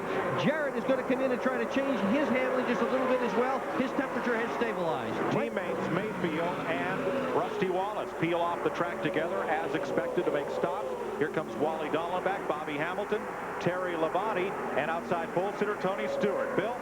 Wallace and Mayfield into the pits just a moment ago. The crew chief for Jeremy Mayfield, Paul Andrews, got together with Robin Pemberton, the crew chief for Rusty Wallace, and said, watch the tires when you take them off the cars. Yesterday, some incidents in the Busch race cost a couple of drivers some positions. They're just taking on 4 tires, full load of fuel, and no other adjustments, and nose to tail, they want to get them out. Mayfield slightly slower. to Dick Berggren. Tony Stewart is just leaving the pit, and that is a brand new team. That is the very first pit stop that they have ever executed, and they did a good job. 19.41, 4 tires, 2 cans of fuel. They did it right, Mike. Jeffrey Bodine has been in. Also the 75 of Ted Musgrave. The leader, Dale Jarrett, will pit in 2 laps. Tony Stewart coming back out. Going to take a lap or so to build speed to get back up to speed and merge with traffic. Darrell Waltrip, Ernie Irvin is in. The 98 is in. That's Rick Mast, Steve Park, Ricky Rudd, rookie Elliott Sadler, and Brett Bodine all making pit stops. We expected stops in the lap 55 to 60 range, and that's just about where they're coming. There's a look at Rick Mast. Ernie Irvin with that brand new paint job. He's the favorite of all the kids. His helmet looks just like the race car. Here's Kyle Petty going out of the pits after getting his service. Leaders come by one more time in that front pack. Following Dale Jarrett is 31 Mike Skinner. There's Ricky Rudd, the orange number 10, and Steve Park completing service. Brett Bodine's white car and Park, whose rookie season cut short by a bad crash in Atlanta, but he's back healthy, ready to race. This time around, we should see the leaders. Number 88, Jarrett, the Ford. Now there's Rusty Wallace running right behind him. He has made his pit stop, but he is 1 lap down. But he might be the leader after all of these pit stops are completed because he made a good pit stop. And here we do see Jarrett and Skinner coming into the pits. They had a good move for them to pit together since they were running together. Yeah, I think so, because they drafted together well. Gordon is coming in. A lot of other cars coming in as well. They drafted together well at Talladega last October, and they're racing down pit road there. Jarrett get to his pits first. The hope of all these cars is they can get out of the pits with the drivers that were leading and draft along with them. Jeff Gordon's in. Marsh Martin's in. Here's Ralph. Mike Skinner's crew goes to work on the car. They'll take 4 tires of fuel. They're not going to make any changes on this car. Work completed on the right side. They go to work as the first can of fuel comes flying over the wall. Tires are off and on. Just in front of him, Robert Presley's crew completes his work. A great stop for Skinner. He wanted to pit with Jarrett. He'll go right back out with him. Jeff Gordon leaves as well. They did change air pressures there to Bill Stevens. Dale Earnhardt finishes his pit stop. He took 4 tires and a load of fuel and is back out again. About a 21-second pit stop for the number 3 car. The drivers that stopped in this sequence include Earnhardt pulling away now. Let's go back to Dick Berggren. Dale Jarrett had a great pit stop. He just ripped off a 16.65. Other than putting 4 tires, 2 cans of gas in it, they changed a tire pressure 1 pound. And that, believe it or not, will make that car run better. Mike? Drivers that stopped on this lap include Earnhardt, number 3, Jimmy Spencer, Dale Jarrett, Bobby Labonte came in.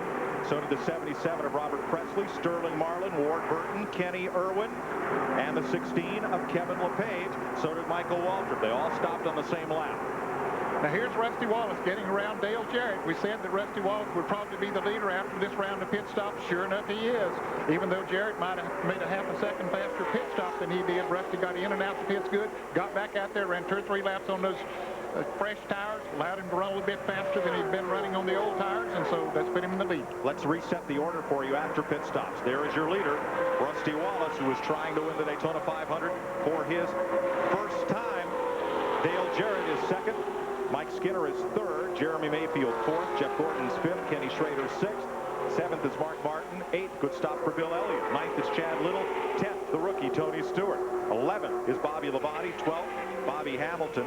Then it's Ernie Irvin, Terry Labonte, Kenny Irwin, Michael Waltrip, Robert Presley, Kyle Petty, Wally Dollenbach, and Dale Earnhardt, the top 20.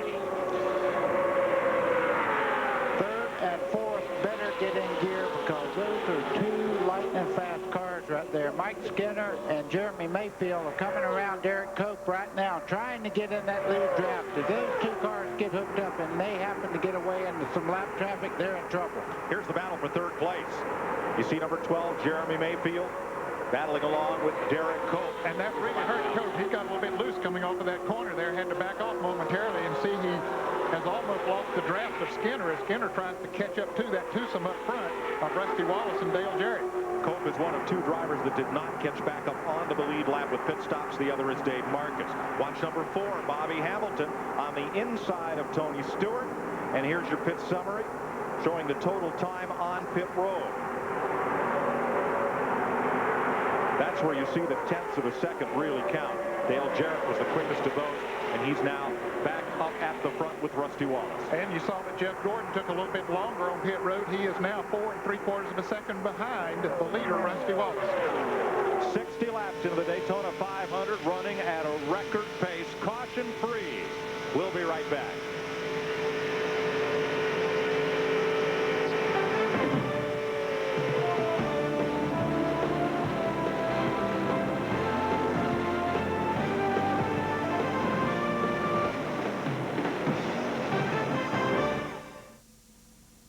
Adolphus Busch went to Germany every summer looking at different breweries, and he wrote a series of letters back to his son. September the 20th, 1897.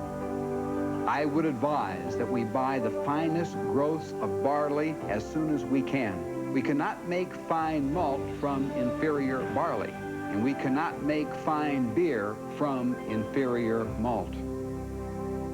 It's a dead heat coming out of the turn. Martin's opening his doors through it. Mark Martin takes it wide, very wide. He's leaving the track. Hardee's Frisco Burger, crispy bacon, tomato, and melted Swiss cheese, served on grilled sourdough bread. Martin is through the gate and back on the track. The Frisco Burger, only at Hardee's.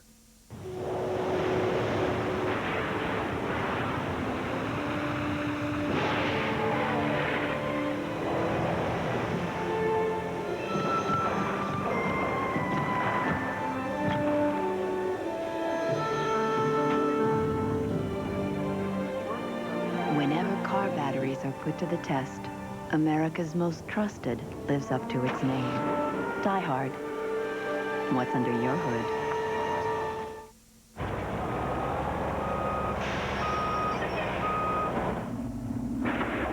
ATV four-wheel action magazine calls the Sportsman 500 the king of the 4x4. It's the only ATV with independent rear suspension, 11 inches of ground clearance, and a powerful Polaris 500 engine. In fact, only one four-wheeler with our name on it has more power. Proud sponsor of the Polaris Remington Winston Cup team. You've practiced the play 1,000,000 times, and it pays off. For the win! God, It's March Madness on CBS. After today's race, get a complete wrap-up with the latest news from the track, plus audio interviews and more at cbs.sportsline.com, or log on to America Online and go to keyword CBS Sportsline. Yesterday at Torrey Pines, Tiger Woods blistered the course. The Buick Invitational is coming up next, and Tiger with a 62 yesterday now is 15 under par with the lead. Billy Ray Brown is 1 stroke back with 3 tied, 2 strokes off the lead. That's coming up later today on CBS Sports. At 64 laps, Rusty Wallace is the leader, and NASCAR's most popular driver, Bill Elliott. As you watch from our Super 8 route cam, Elliott has climbed to 8th place. He started 37th today.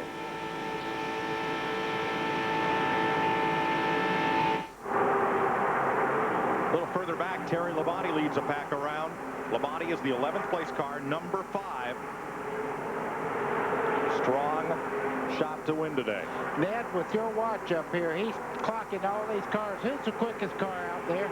Jeff Gordon is the quickest car right now. We said a moment ago that he was 4 3/4 seconds behind the leader, Rusty Wallace. Now he has cut it down to 3 3/10 of a second, so he's definitely gaining on him.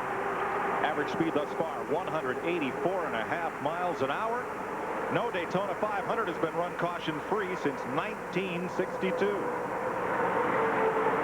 Last year, we had a shot at it. Didn't see the first yellow flag to lap 126 of 200. There's Gordon.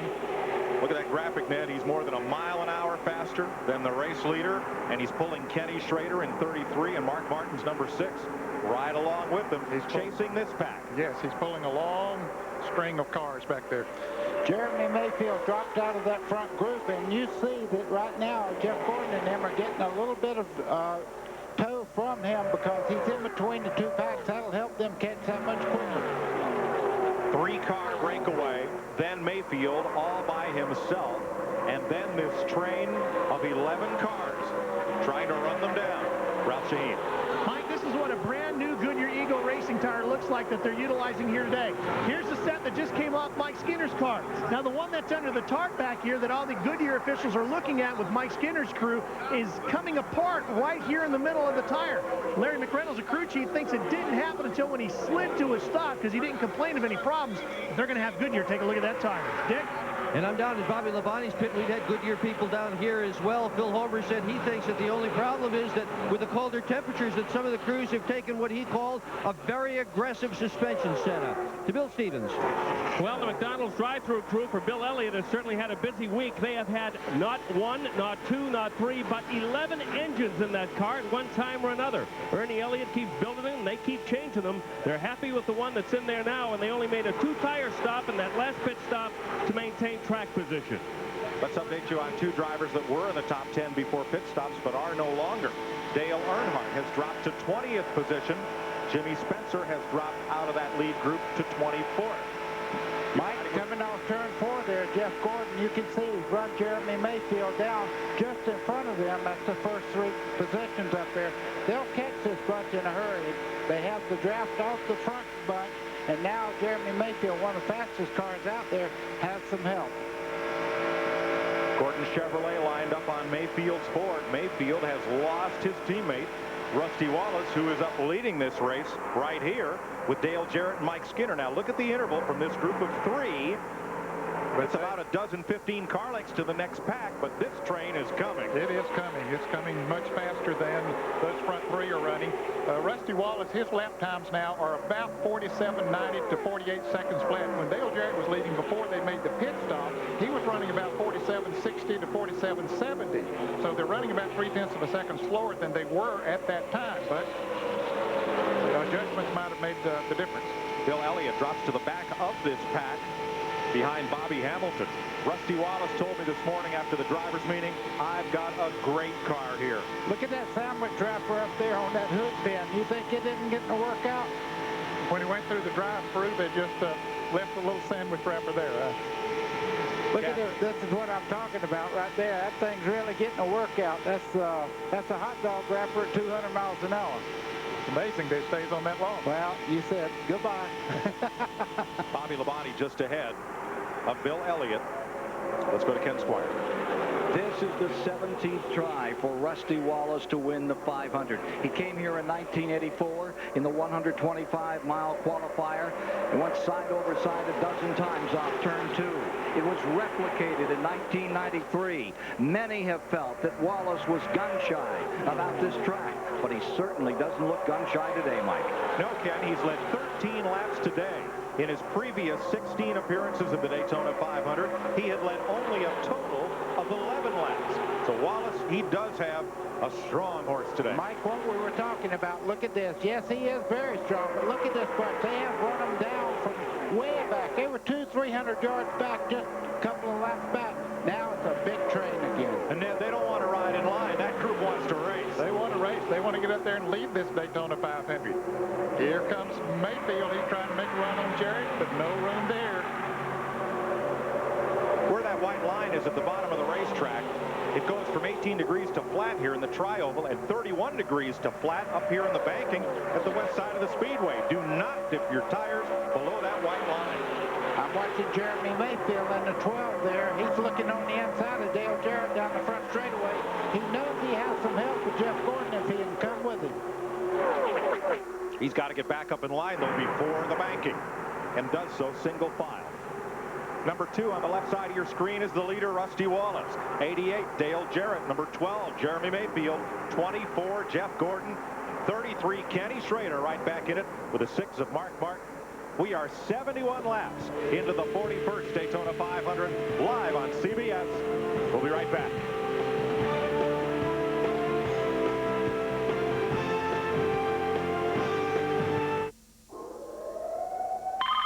I was going through this intersection. What? No, this guy came in and I swear to avoid him, but... Slow down. Are you all right? What happened? Dad, I'm really sorry about the car. That doesn't matter. That's okay. Don't worry about that. Your whole life can change in a second. So think about this. Ford Taurus is the only car in its class to earn a 5-star government front crash test rating. He should come, but he's fine. NASCAR driver Jeff Burton goes head-to-head with everyday driver Eileen. My car has a 750 horsepower high-compression engine. My car has an engine. I can cruise all afternoon at 180 miles per hour. I'll stick to 55, thanks. I start my engine with a powerful Exide NASCAR Select battery. Me too.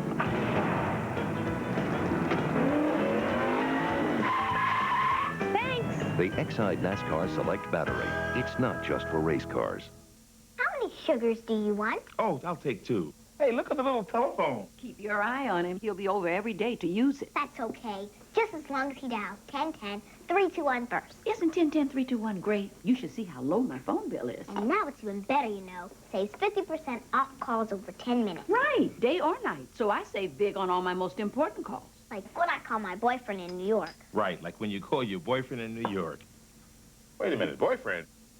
You got a boyfriend? My dad was really good with his hands. Could have been a surgeon if he wanted to. He could hear a car driving by and tell you whether it needed a tune-up or if the brakes were starting to go. Doctors and lawyers would stop at his garage asking for professional advice. And after school, he'd let me watch him work his magic on cars. More than anyone, he taught me how to earn my customers' trust. Like Dad, I'm proud to be a professional auto technician and proud of the work we do. CarQuest, the professional choice. Tuesday on CBS, the militia accuses a Navy SEAL of murder. Is it an act of vengeance or an act of war? Montel Williams guest stars in an all-new Jag, Tuesday on CBS. This great overhead coverage from 1,000 feet above Daytona International Speedway from the Goodyear Blimp Stars and Stripes, a continuing tradition that began in 1960 here on CBS at the Orange Bowl. 75 laps complete. As you watch from the Goodyear Blimp, Rusty Wallace leads Jarrett and Mayfield, 3 Fords at the front. And we have a 6-car pull-away right now. Mike, I mentioned a little bit earlier that when Dale Jarrett was leading earlier that he was running like 47-60. Once Jeff Gordon and these other cars caught up to them, Rusty Wallace has picked up the pace. So I think the 6 cars can run faster than 3 cars because he's running 47-50 to 47-60 now in lap times. Buddy, is that a surprise? Yeah, no, not really, because the longer the train, the less turbulence you have in between cars. So the longer train you have, the quicker that lead car can break through the air. Dale Earnhardt has drifted way back in this race. He is the 20th place car after starting 4th and winning his qualifying race on Thursday. Here's Ken Squire. Keep your eye on the Pontiac number 36 of Ernie Irvan, who started 31st today.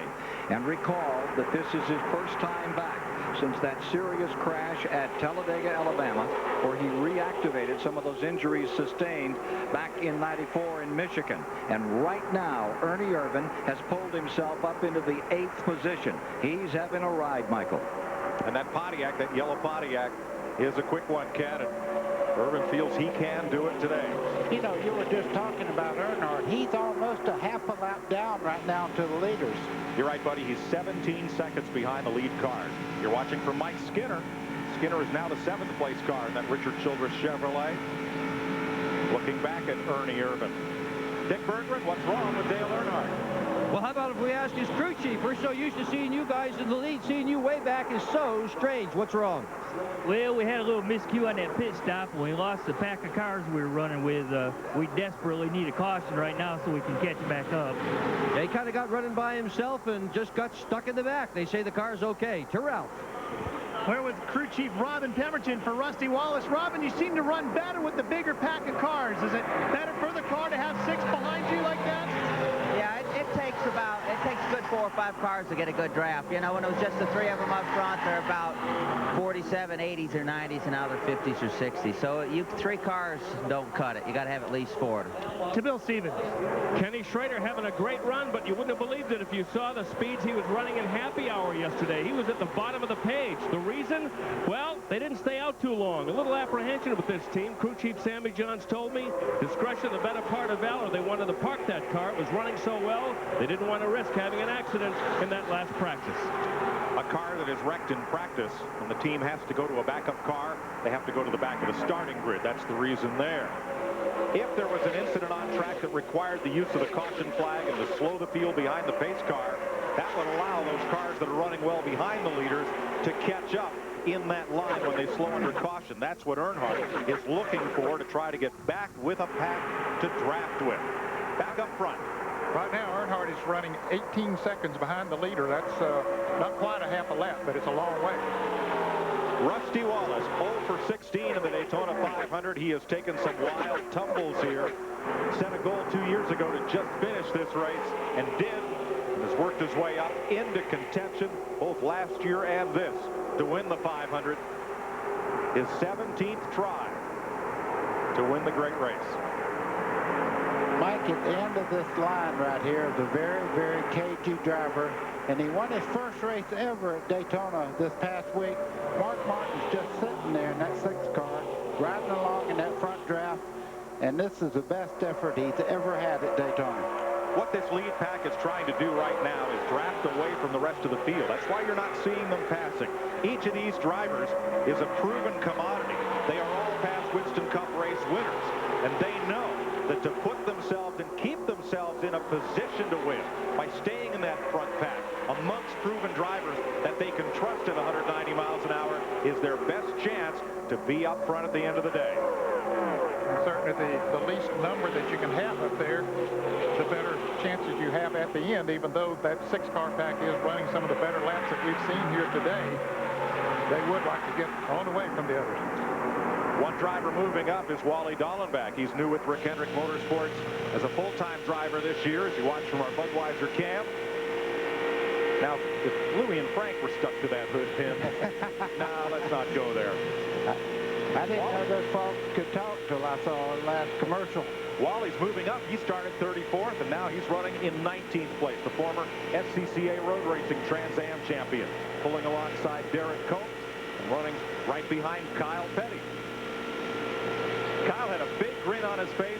He was a cameraman yesterday down in the pits. His son, Adam, a 4th-generation Petty, racing here at Daytona.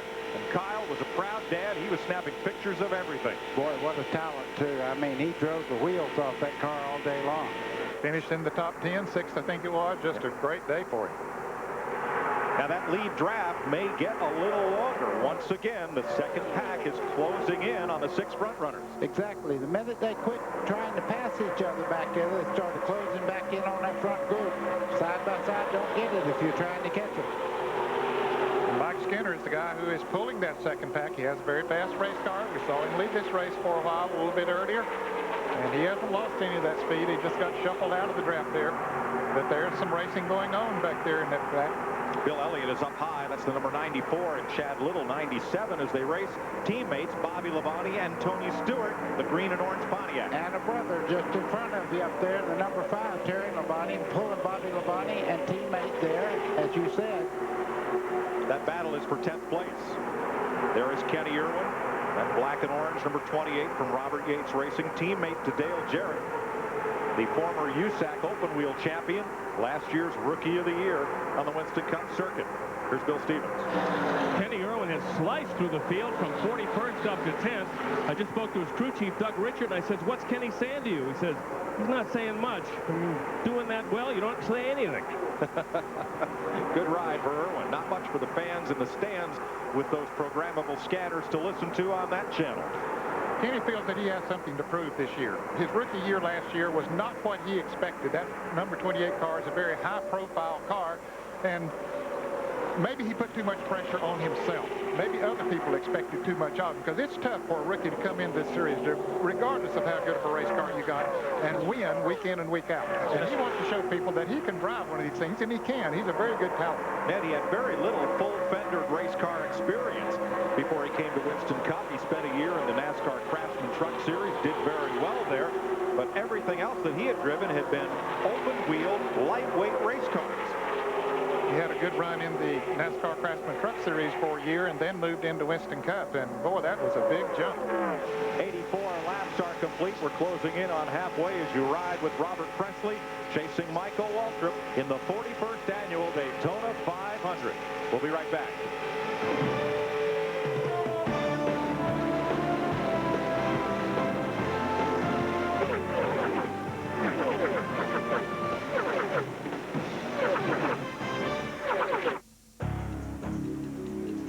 are many ways you can get stuck with a flat tire. But not with this tire. Even with no air pressure, you keep driving to safety. The Goodyear AquaSteel Run Flat.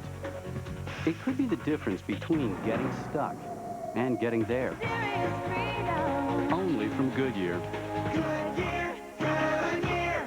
Hate to tell you, but we're looking at a negative sales trend coupled with high overhead.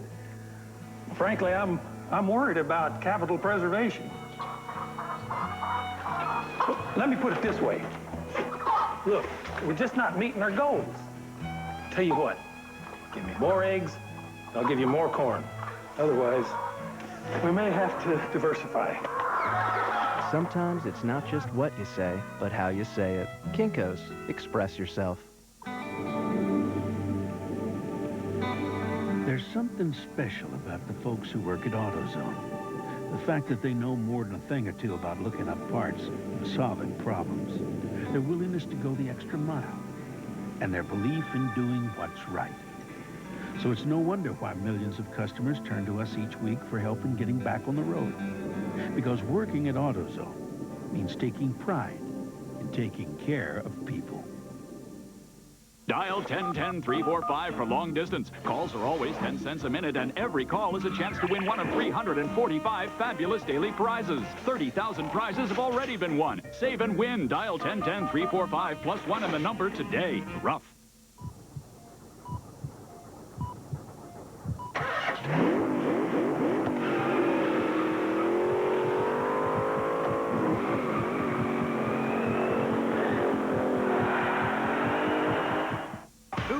Jerry Seinfeld. See him live at the Grammys, along with your favorite musical stars, yada, yada, yada.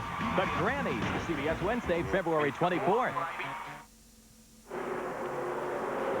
Tonight on CBS, how difficult is it for criminals to buy guns? Let some undercover cops show you how easy it is tonight on 60 Minutes. Then Olympic gold medalist Tara Lipinski guest stars on an all-new Touched by an Angel, followed by an emotional story inspired by true events. A woman's search for her true mother. ER's Gloria Rubin and Anne Bancroft star in the CBS Sunday movie Deep in My Heart tonight on CBS. Saturday at 1 o'clock, conference crunch time on CBS Sports, NCAA hoops coverage. Tubby Smith's Kentucky Wildcats tangle with Nolan Richardson's Arkansas Razorbacks, or you'll see Miami battle the #2 UConn Huskies next Saturday on CBS. Here's the new Senior Vice President and Chief Operating Officer of NASCAR, Mike Helton, in the drivers' meeting introducing Supreme Court Justice Clarence Thomas. He said, "We're honored to have with us a member of the highest court in the land." He said, "Okay, after Bill France, the second highest court in this land." Exactly. And congratulations to Mike on his new responsibilities overseeing all the day-to-day activities of NASCAR. Bill France Jr. remains Chief Executive Officer and President. Yeah, and Mike Helton's a nice guy.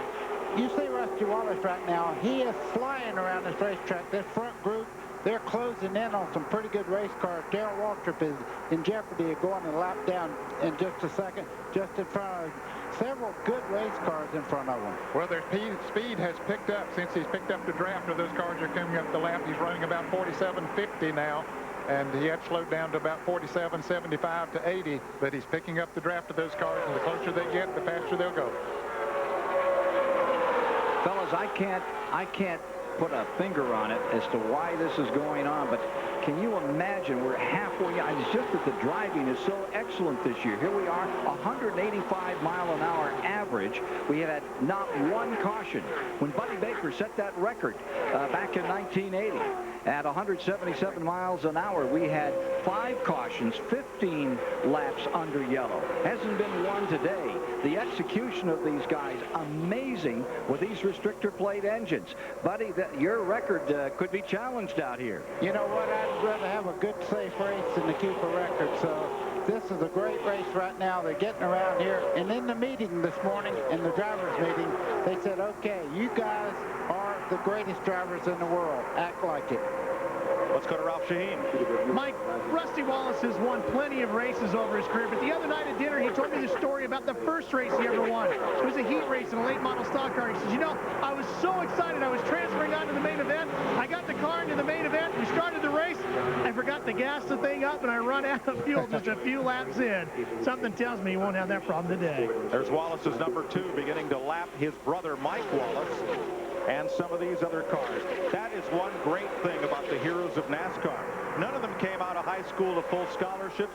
None of them came out of college to $1 million signing bonus. Every one of these drivers started out at a quarter-mile track running Saturday night somewhere, be it Caribou, Maine, or El Cajon, California, or anywhere in between. There are thousands of short tracks to race every weekend. And if you're having fun today, folks, get out and see one of them this summer, because that's where the future stars of this circuit will come from. And every fan in that grandstand, that's where they started out also. That's where your fan base comes from to make this great event, the Daytona 500. There's a racetrack in every state but Rhode Island, and they've got a pretty good one right next door at Seacon, Massachusetts. The Winston Racing Series of NASCAR runs on those short tracks all summer long. So call NASCAR, or as we say, check your local listing, and get out to see a race this summer.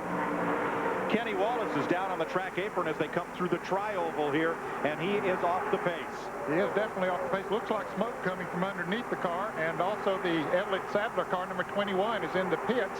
Ned, he had drifted way up high on the racetrack one lap ago, and the rookie driver driving for the Wood brothers, who have won this race 5 times, has an early stop. Yeah, and that was right in front of the leaders. When he went up high there, you could see how fast the leaders were going by there.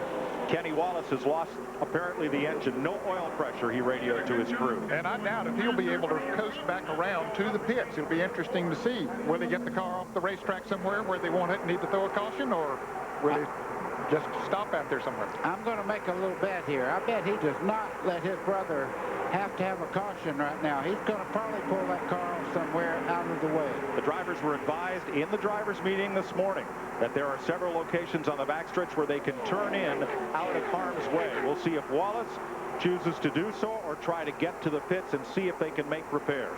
We've been caution-free here so far, and we're 6 laps from halfway. He's still out there just on the edge of the racetrack.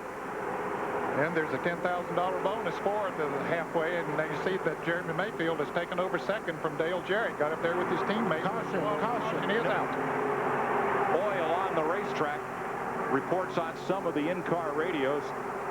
So they will come to the caution flag for the first time today. And they'll race back to the caution flag. Some of those drivers about to go a lap down, and Steve Park is one of them. He will stay on the lead lap, but Jeff Burton was not so lucky. He just had gone a lap down. As well as Darrell Waltrip and the other guys. That is really bad racing luck when you get caught like that. Caution come out the next lap. Yeah. First caution of the day, and we were coming up anyway on the second round of green flag pit stops. So Dick Berggren, pit road will be a busy place. Maybe Rusty Wallace didn't want to see this caution flag, but Dale Jarrett sure did. He ran over some debris on the racetrack about a half or 3/4 of a lap ago. He didn't know if he'd cut a tire down or not. Right now, that's all going to be academic, because he will be coming in, as will everybody else, for 4 tires. You can see that Kenny had pulled off the racetrack, but the oil was the reason for the caution. Last year, the first caution flag in the race didn't occur until lap 126. We are 95 laps into the Daytona 500. 5 laps from halfway. There are still 31 cars on the lead lap, and all of those will be coming into the pits.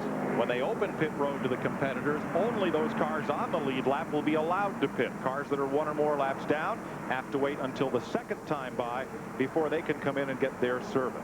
On pit road, whether it's under the green flag or under caution, the cars are limited to 55 miles an hour. In the interest of safety for the pit crews, 7 men are allowed to jump over the wall and service the race cars. Kenny Wallace getting a push from one of the wreckers to come back around either to pit road or the garage area. As they line up and peel off, all the lead lap cars this time should come to pit road. Ricky Rudd is one of those who had just gone a lap down, so he'll have to stay out there a lap. We're watching first, second, and third place, top to bottom, on the left side of your screen. Dick Berggren. Dale Jarrett in the pits right now. He's the one that was lucky to catch that caution flag. Robbie Hancock's going to do the front tires. Brad Parrott's on the back.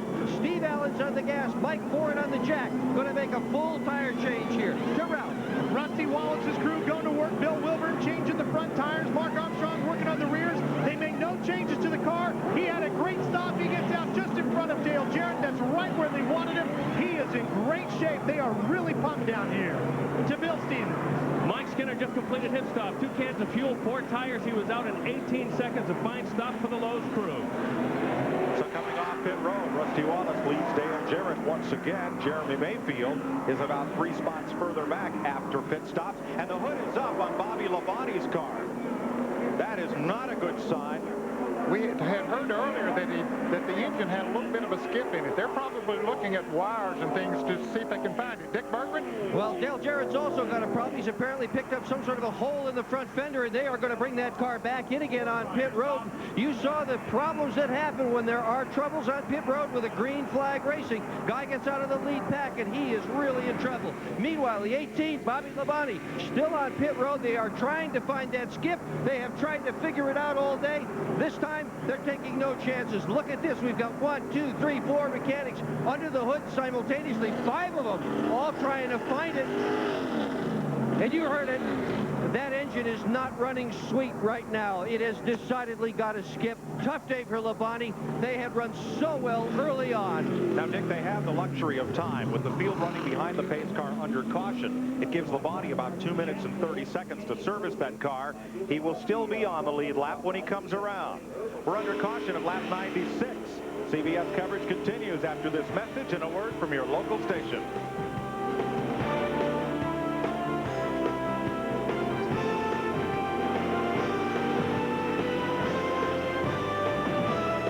Gordon is way behind. Stick a fork in Jeff. He's done. What is he thinking? Holy balloon!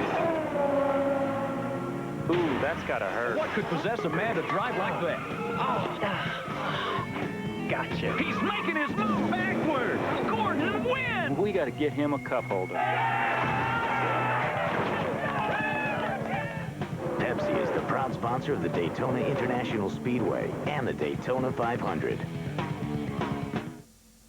Parents, sometimes you wonder what they really know. But when your dad is your head coach, like Bryce Drew's dad at Valparaiso, you listen. You practice the same play since you were a kid in the backyard. You think, I'm never going to use this, but you practice it anyway. Why? Jack is to Drew for the win! Gone! Bryce Drew did it! Valpo has won the game! Sometimes fathers really do know best. We call it March Madness, and it's here on CBS. Thanks for making CBS America's most watched network. Welcome home. You don't need a fluorescent lead-headed bucktail jig or 60-pound test nylon monofilament line to catch the best the sea has to offer.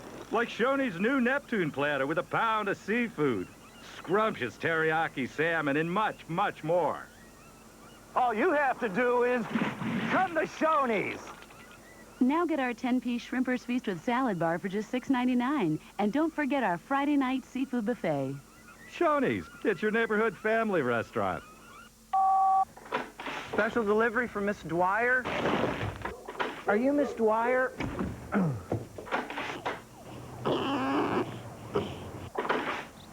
Let me call you sweetheart.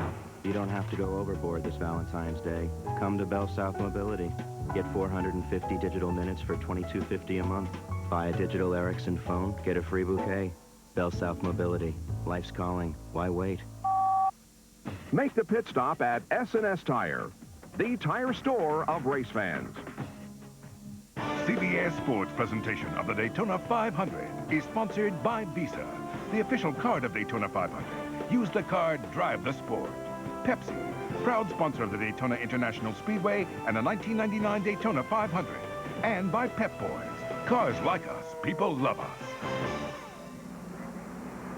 We welcome you back to Daytona International Speedway under caution flag as we approach the halfway point of the race. Greg Gumbel along with Ken Squire. We've talked about the cars that are running strong. What about the ones that are surprising you today, Ken? Well, I'll tell you one that's really surprising me now is Chad Little.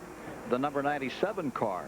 No one's given him too much of a call, and he's worked his way up to 7th spot. He's one of the leading cars that is running for the Jack Roush team at the present time. Look for that number 97 in the second half of this race. He could pull a real surprise. He came from dead last and won out here 4 years ago in the 300 on Saturday. Talk about 3 hours of intensity. We've sure got it here today. Why the big difference, Ken, in yesterday's race and today's with all the incidents as compared to relatively few mishaps out there today? Most competitive automobile racing in the world. These are the world's best. These are the top 43 seats, and they're certainly proving it with the exhibition they've given us thus far. All right, Ken. Mike Joy. Thanks, Greg. What a competitive race so far, but Ned Jarrett, what a safe race so far, and just a lot of working together, giving a little room, taking a little room, but a lot of drivers working together out there, not being overly aggressive. Yeah, there has been a lot of give and take out there, and I think after we saw what had happened in the days leading up to this race today, sometimes that's a wake-up call for the drivers, and I'm glad to see it, that they were able just to get out there and race, give the other guy a little bit of ground when he needs it, and then when you get down near the end of this thing, that's the time to really go for it. Buddy, when you won this race, you had unrestricted engines, you had the power to pull out and pass. It's a whole different game now. Well, it is, and everybody finds somebody they're comfortable running with, and about the time they think everything's great, somebody will jump on the outside and they say, I got to go with him. Heck with this teammate or whatever, I got to go. Let's go to Dick Berggren. Well, this is the tire that was on the front of Dale Jarrett's car. He did run over a piece of debris. Look at this. That thing is almost cut all the way through. He got really lucky, and there indeed is a hole in the front grille area of that car. Jarrett just radioed Jeff Gordon. Take a look at that thing. They have decided that even though they've got the hole, they're just going to leave it alone. Just going to leave it alone. Meanwhile, Bobby Labonte has been back in, and they've changed plug wires on that car. Cars lining up for the restart. Let's try to get a word with sophomore driver Steve Park. Steve, you got a great break there at the caution, hanging on to the lead lap. What kind of race are you having there today? I'll tell you guys, we had a little bit of a goof up in the pits. I slid through the pits, made a little bit of a rookie mistake. My guys on the Pennzoil team did a good job of coming back from that, and we just had to drive our butts off and get on the lead lap. But I got to go back to work, guys. Thanks. Steve Park is on the lead lap, running in 28th position, thanks to Racing Electronics, who provide our communication with the drivers and our pit scanners. Bobby Labonte is back in, having another look under the hood, and this will cost them a bit. Now, here is Dale Jarrett's nose of this car. Now, they said there was a hole in the fender, and a little bit of aerodynamic upset to that Ford Taurus. Well, and it looks like it's right in this area, Mike. They've got it pretty well taped up. So hopefully that won't be a consequence to Jarrett as we get ready to go back to 190 miles an hour. Mike, anything that you have happen to the leading edge of a race car is important, because it's like the leading edge of a wing on an airplane. You don't want any dents, you want it very smooth. But the reason they didn't come in and fix that is because they didn't want to give up the track position. There's still 31 cars on the lead lap, and that's where he would have restarted this race. Green flag at halfway in the Daytona 500. Bobby Labonte comes out of the pits, and he will go a lap down, perhaps, as this field comes to speed. Let me add to that, as they go through the corner here, 2x2, he might have a little dent there, but as long as he's tucked right up under another car, it don't even address the air. One thing that we can watch for here, fellas, we got the halfway mark, but there's $10,000 for leading the halfway mark. Okay, they're going to run 5 laps, and whoever's leading at the end of 5 laps will get that bonus from Gatorade. Bobby Labonte comes up to speed as the pack catches him. So the 125-mile qualifying winner will drop 1 lap off the leader.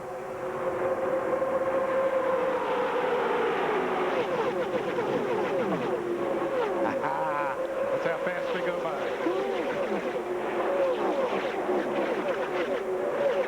Jeff Gordon is back up in contention. Here comes his number 24, steaming along up the outside and pulling a train with him as they chase Rusty Wallace. Well, he made a move on Dale Jarrett, got up beside of him on the last lap coming off of turn 4, but that didn't work for him, Mike, and it slid him back a little bit. Nobody went with him up there, and so now he's got some help there from the number 28 car. Maybe can help pull him back up through there. 2 Fords and a Chevrolet have this field. Rusty Wallace, Dale Jarrett, Mike Skinner. Jeff Gordon, Jeremy Mayfield, and Mark Martin. You're watching from Jeff Burton's car at number 28, Kenny Irwin. Kenny Irwin right now, he's running in 8th spot. You're looking back right now as he comes up. 3 wide into the tri-oval. Bobby Labonte trying to get back up the challenge and come back up on the lead lap as that green car on the inside. Of course, what he has to do, he has to pass the leader and then hope for a caution flag. 102 laps complete in the Daytona 500. Mike Joy with Buddy Baker and Ned Jarrett topside. Rusty Wallace trying to win his first 500. Dale Jarrett trying to win his third. They lead Mike Skinner, Jeremy Mayfield, Jeff Gordon, Kenny Irwin in 6th, Mark Martin, Chad Little, Ernie Irvin, and Bobby Hamilton 10th. Bill Elliott, Kenny Schrader, Terry Labonte, Ward Burton, and Sterling Marlin 15th. Then Dale Earnhardt, Kyle Petty, Jimmy Spencer, Michael Waltrip, and Joe Nemechek 20th. Rick Maz, outside pole sitter Tony Stewart, Kevin LePage, Robert Presley, Bickle, Musgrave, Nadeau, Park, Dallenbach, and Jeffrey Bodine are the cars on the lead lap. 29 of them, 30 of them rather. Ned was just talking about these guys going for that $10,000 at halfway. Darrell Waltrip tells a funny story about that. He said he was running as hard as he could in 8th place, and Junior Johnson said the money lot's coming up. Go up there and get it.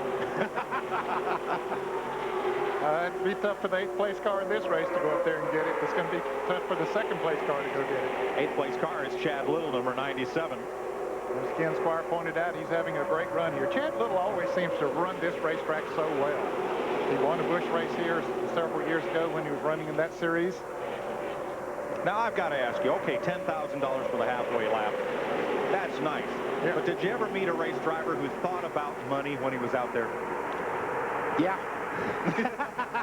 Okay. We're talking to one, right? Yeah, exactly. I was thinking to say, it matters. Oh, you don't read the, you don't read and see what everything pays, but your crew does. And they go, okay, $10,000, 2 laps. Come on, buddy. Didn't you want to win more than you wanted to get paid? Oh, yeah, for sure. You know that. But I got paid. But when that money's up there for grabs, they want to try to get it. Jeff Burton looking back at Chad Little. Kyle Petty, Bill Elliott in the middle of that pack. Here's Bill Stevens. Chad Little with the fastest speed in happy hour yesterday is very happy about that car. I spoke with him and his crew chief, Jeff Hammond, this morning. The thing that they were thrilled about was yesterday in happy hour, they could keep up with all of the faster cars. Gordon, Earnhardt, Wallace. They knew that they'd have a shot at this race today based on yesterday. It is getting dicey out there. Yeah, as we were watching just now, Kyle Petty made contact with Ricky Rudd. 2 great drivers. That's why we don't have another caution right now. Kyle Petty, his 18th try to win the Daytona 500. Ricky Rudd trying for the 22nd time to win this race. Here comes Skinner. 31, Mike Skinner. Got to run on Dale Jarrett. Here comes Jarrett with Jeff Gordon behind him on the outside. Buddy, when they run like this, is it exciting or frustrating out there? No, that's exciting. Let me tell you, if you don't like the heat, you shouldn't get in the kitchen. Right there, you have to want to do this. Rusty Wallace may have got a little nudge there. And here comes Jarrett around the outside. Well, Wallace, I'm pretty sure picked up the halfway bonus, the $10,000, because he's been out there long enough, I think. Correct. Yeah, but we're talking about the Daytona 500. Look at these guys go at it here. Rusty Wallace has 48 Winston Cup wins, 21 on super speedways, 21 on short tracks, and 6 road race wins. But in these restrictor plate races where the engines are restricted at the world's 2 fastest tracks, Daytona and Talladega, he is looking for his first victory. I think I'm going to quit worrying about Dale Jarrett and that front end on that car. He pulled out there. He hadn't lost an inch to anybody. He is flying around this racetrack. He and Rusty Wallace side by side down the front straightaway. Jeff Gordon on the outside looking high there. Gordon trying to push Jarrett on by and then hope that he can make a run on him. But they slowed down about a second that last lap, buddy, running side by side. Yeah, anytime you do that, you're cutting a hole in the air there that's almost half the track wide. Riding with Mark Martin. Roof cam on the Valvoline Ford. There's where Mark has been today, as high as 6th. Back in the pack as well. Gordon drifts a little bit high. Irwin sees a little room, and here comes Ernie Irvin. Now, him moving up like that hurt the 88 car's chances of staying right up there side by side. You could see it. It was almost like he was pulling him backwards. The two fastest Fords here, Rusty Wallace and Dale Jarrett. Pull the train around here on 2 tracks. You see, Kenny, Ernie Irvin there got caught in the middle. They were 3 wide there, almost an accident. Coasting down the backstretch, Ricky Craven out of power. I believe he'll make it to pit road. He is going into turn 3 right now where the leaders are about to come in there, but he's down on the apron out of their way. Boy, I always loved it when they were running side by side with me and me leading. I would get on the straightaway and just give them each a half a car to draft on. I wouldn't let them have the full advantage of being able to draft on the whole car. Ward Burton, our Siemens in-car camera for Bill and Gail Davis race team. Ward's having a great day. He's been with the lead pack all day long. Skinner on the outside right now looking over Rusty Wallace, trying to take a lead. That car has amazing power to me. Trying to put a Chevrolet back in the front of the Daytona 500 is Mike Skinner. That's his number 31. But here comes Rusty's teammate up there, the car number 12 of Jeremy Mayfield, going to push Rusty right on back up there. They started darting around there. I thought I was watching the last lap of 1979 again with Cale and Donnie. Yeah, those things, you know, you talk about cars being stable. They're not stable at close to 200 miles an hour. That's a lot of air going around these race cars. A little vacuum, like when you pass a big truck on the highway, your car will buff it back and forth. That's what those drivers are feeling. Mike Skinner has led 17 laps today, but he did not lead that one. Wallace remains out front. Here's Dick Berggren. And as we watch those 2 cars up front, you can certainly see one of the wonderful advantages of a 2-car team. But there's a downside as well. When something goes wrong with one car, it can go wrong with the other as well. The 20 car, Tony Stewart, who started on the outside pole, his engine is skipping, just like Bobby Labonte. The team car, both Joe Gibbs cars, engines skipping. They don't know what's wrong with either one of them. Mike? Bobby Hamilton may have brushed the wall. The 4 car was in the middle of that second pack and has now drifted back and may lose touch with the draft. Kenny Schrader, Kenny Irwin, a couple of ex-USAC open wheelers side by side. The green 33, the black 28 there. Bill Stevens? Just spoke to the crew chief for Bobby Hamilton, Charlie Presley. On that last pit stop, they started playing with the tape on the front of the car. They tried to get the front end of the car to play more, and maybe you guys in the booth can explain what he was talking about. Well, they use tape to either make the car tighter or looser. If they put more tape on the car, it'll loosen it up a little bit, make it run faster down the straightaway. And, of course, if they want to make it a little bit tighter, they'll take tape off. Well, the other thing, when you put a lot of tape on the front, you get more downforce. It gets more grip on the front. Less tape makes the back a little bit more secure. There you look at those cars coming through the tri-oval once again. 112 laps complete. They put tape across the grill to prevent too much air from going through the radiator that would slow the car's speed. 112 laps. Rusty Wallace is the leader. His teammate, young Kentucky driver Jeremy Mayfield, lined up right on his back bumper, right where he wants to be. We'll be back to Daytona live on CBS after this.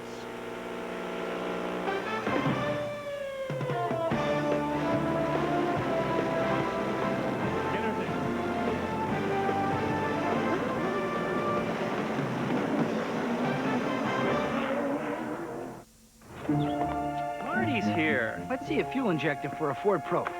A starter for a Saab. EGR valve for a 74 Gremlin. Ah! See you tomorrow, Marty. Pep Boys. Cars like us. People love us. That's me, Bill. Here we are at the Super 8.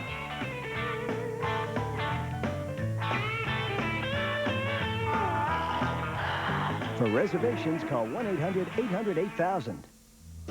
That's one race that I wish I could run over one more time. The legendary Daytona 500 has broken a lot of hearts. I was way out front in 1981, and that thing ran out of gas. In 74, I blew a tire with 12 laps to go. But the biggest Daytona heartbreak of all would be trying to get into this year's 500 using an American Express card. So if you want to enjoy the heart-pounding excitement of Daytona, bring your Visa card, official card of NASCAR. My girlfriend left me here at Daytona.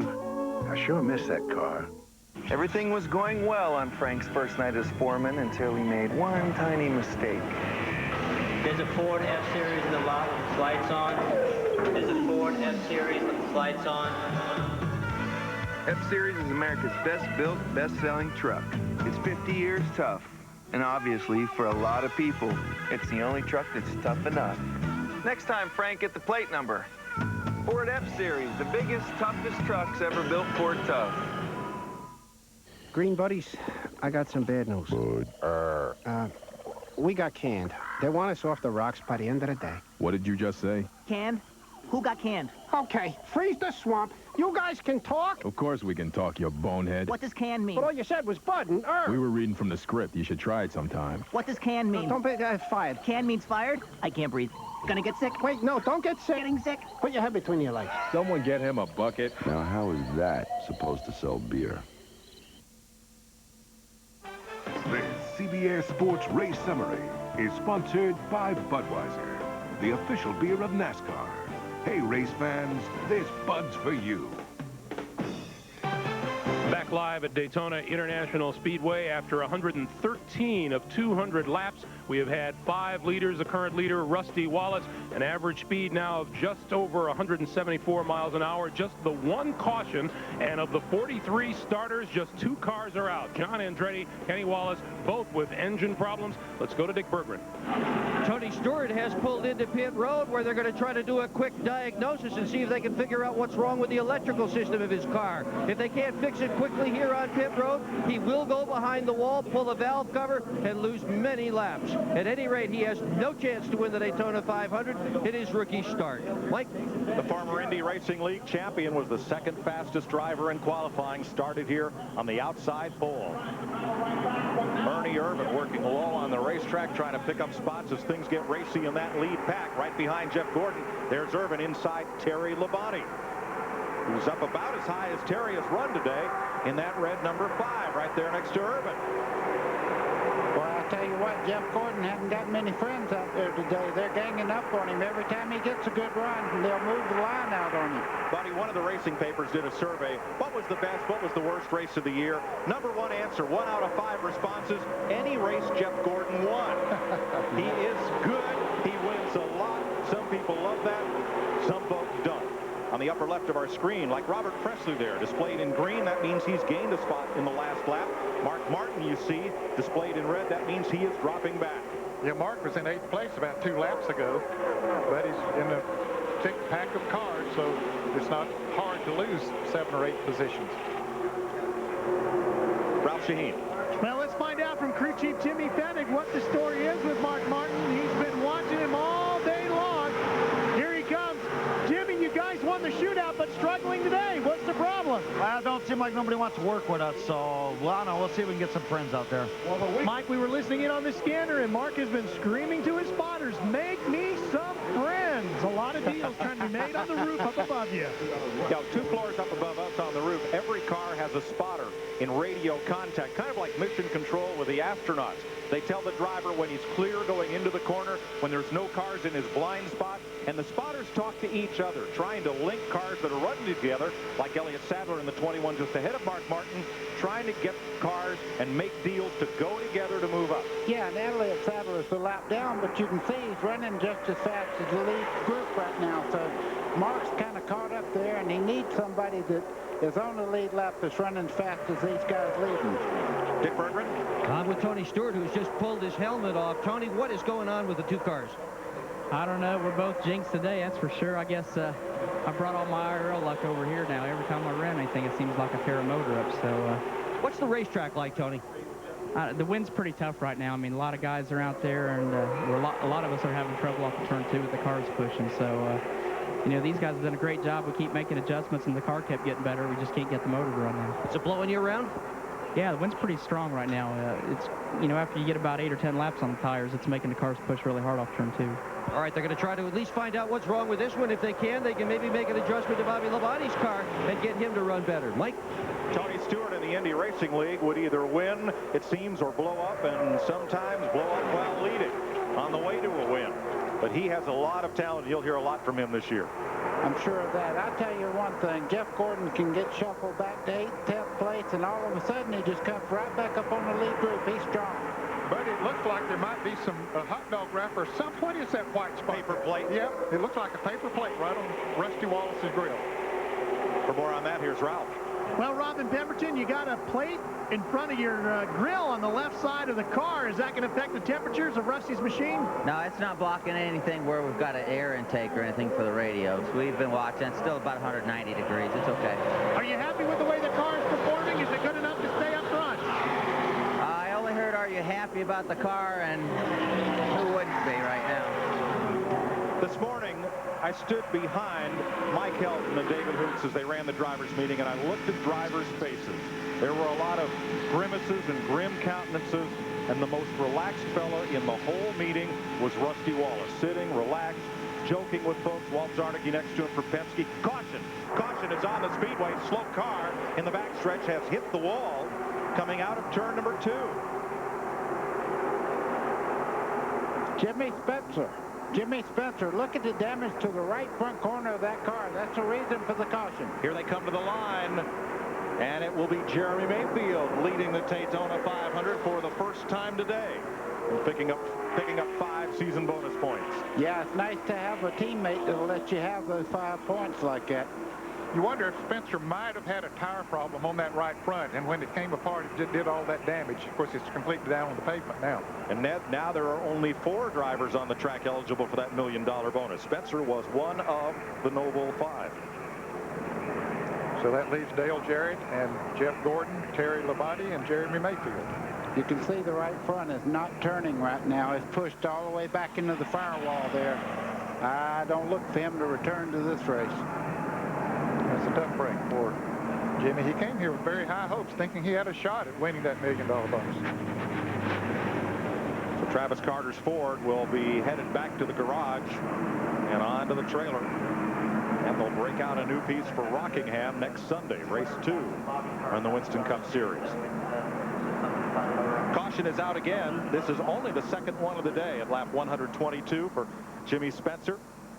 Crashing coming out of turn number 3. Now pit stops would have been due at lap 150. If the team stop now, they cannot go all the way to the finish. So Ned, do you come in or do you stay out? I believe they'll come in. Look at that right front, not turning.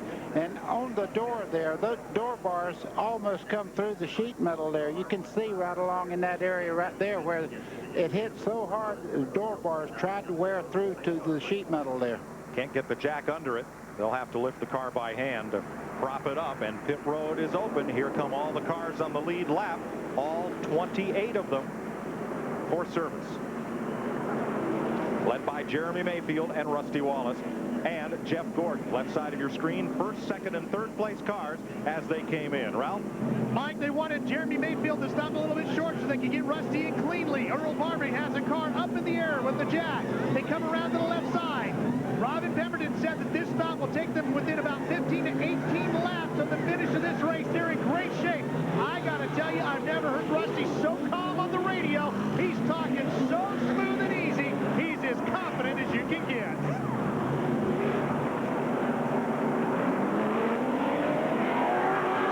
.23 laps into the Daytona 500. A crash on pit road. 2 cars collide trying to miss a tire that rolled out from one of the pits. Ernie Irvin's yellow number 36 and the blue number 6 of Mark Martin were the cars that tried to avoid that tire that got kicked out from one of the pit stalls as the cars accelerated away. Well, we'll sort that one out when we come back to Daytona International Speedway. You're watching the 41st Annual Daytona 500 live on CBS Sports.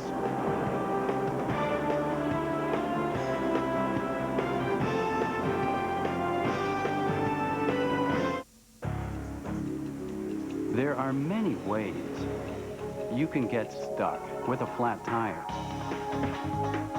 But not with this tire.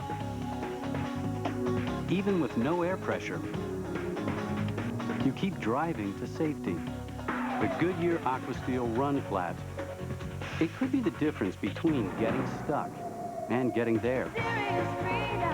Only from Goodyear.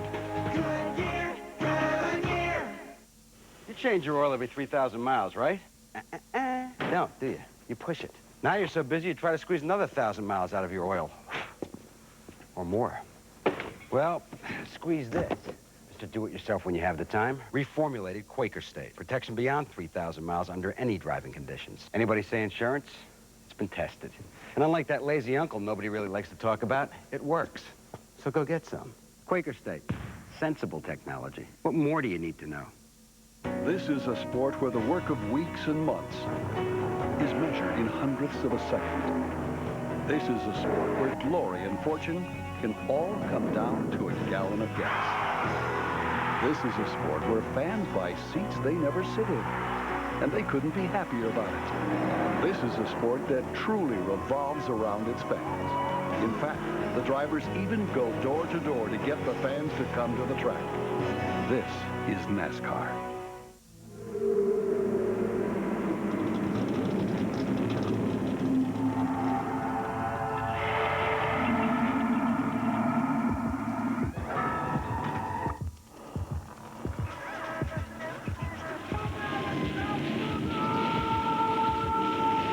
You have your weekend projects. We have ours.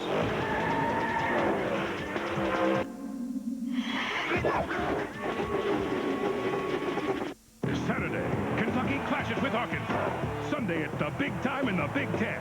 Michigan collides with Indiana. The road to the Final Four rocks on CBS. Monday night on CBS, all new episodes of comedy, starting with a special guest appearance by Ossie Davis on Cosby, followed by The King of Queens with Kevin James and Jerry Stiller. Raymond goes on a Caribbean cruise with his mom on an all-new Everybody Loves Raymond. And you've got to see Dick Van Dyke as Ted Danson's father on Becker. Then an all-new L.A. Doctors. That's Monday on CBS. You're looking down from 1,000 feet above Daytona International Speedway from the Goodyear blimp Stars and Stripes, based in Pompano Beach. Pilot Dan Thomas and cameraman Bob Rosedale giving you these views.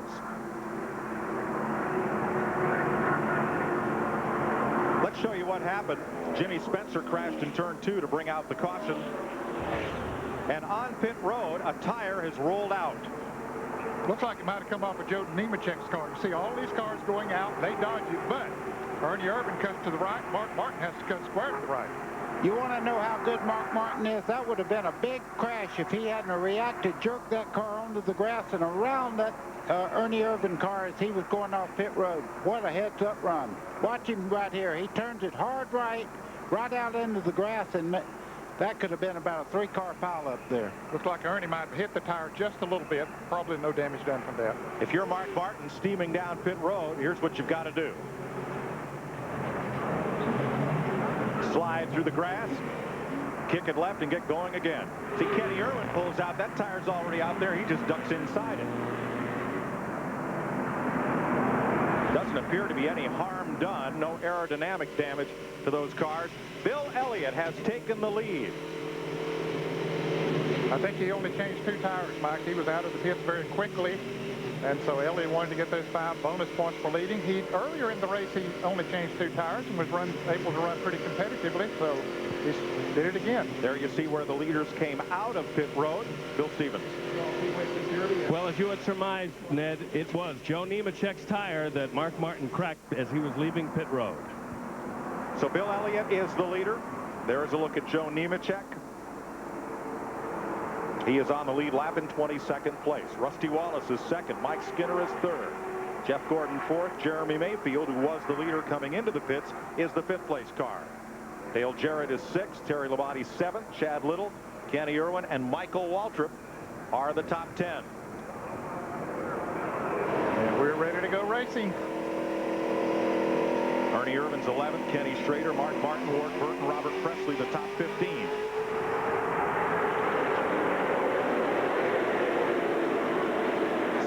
Three laps to go.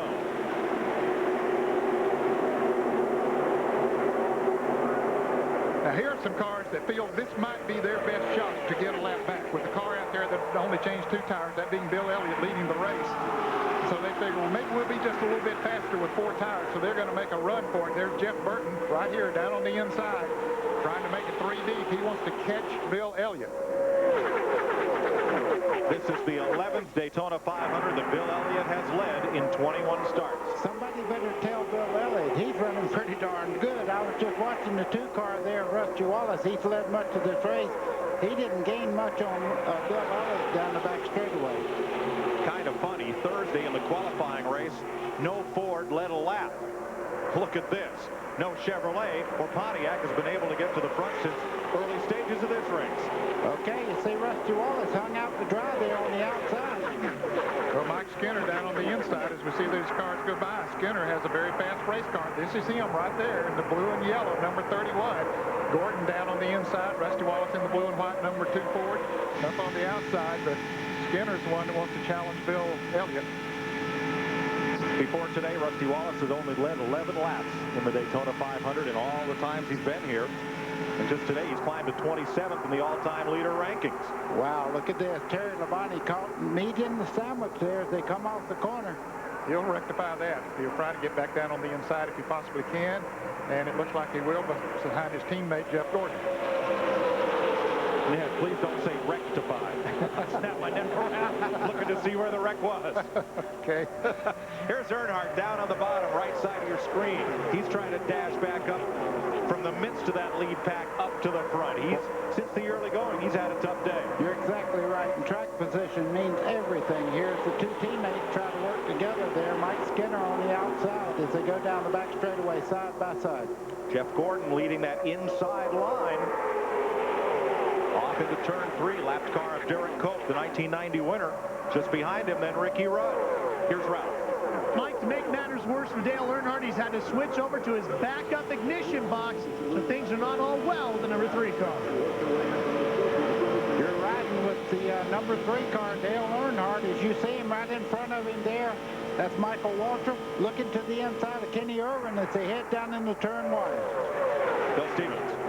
Chad Little's car is running like a freight train. They were going to make an adjustment to it earlier, but crew chief Jeff Hammond said the track has come to him. Also, he says that he would love to run with Terry Labonte yesterday in happy hour. They were running their fastest speeds with the number 5 car. Look at this. New tires, suddenly everybody's Superman. But oh, yeah. But just give them about 10 laps, and you'll see the better handling race cars back at the front again. Tough drive to get there for some of these. Ricky Rudd stuck in the middle. He is 1 lap down. Rusty wanted to look on the inside, but no room there as we see all that racing back in the pack. Well, boy, I tell you one thing. Anybody that remembers a few years back knows that Bill Elliott knows this racetrack. Well, he's running about 47.5 seconds. We've talked about, those seconds, how long it takes him to get around here, and that's right in there with some of the best laps we've seen turned here this afternoon. 70 laps to go. The Fords of Bill Elliott, Rusty Wallace, Jeremy Mayfield, and Dale Jarrett lead the Chevrolet of Jeff Gordon in the 41st Annual Daytona 500. Lead change. Rusty Wallace back to the front. Here comes his teammate, Jeremy Mayfield, number 12, right with him, and Dale Jarrett. Tony Stewart is back in the race after a stay behind pit wall. And 4 cars, single file, double file behind as Bill Elliott loses the lead and a couple of spots more. 29 laps to go here at Daytona. 69 laps to go. We'll be right back.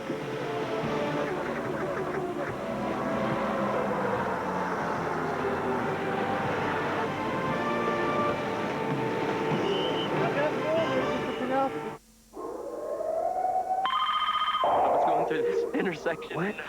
No, this guy What's came wrong, out of nowhere. I swear to avoid him, but... Slow down. Are you all right? What happened? Dad, I'm really sorry about the car. That doesn't matter. That's okay. Don't worry about that. Your whole life can change in a second. So think about this. Ford Taurus is the only car in its class to earn a 5-star government front crash test rating. He shook up, but he's fine. It is more than sport. It is spirit.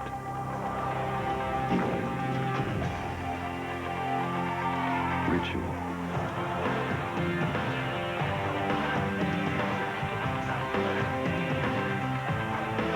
Family. The Coca-Cola Racing family. Refreshed by Coke. Every 10 seconds or so, a stop sign goes up somewhere in America. And every 30 seconds, a traffic light goes up. It's as hard on your car as it is on you. It's stop and go. Stop and go. Stop and go driving. Use Pennzoil, formulated for today's stop and go driving. Stop, go, Pennzoil.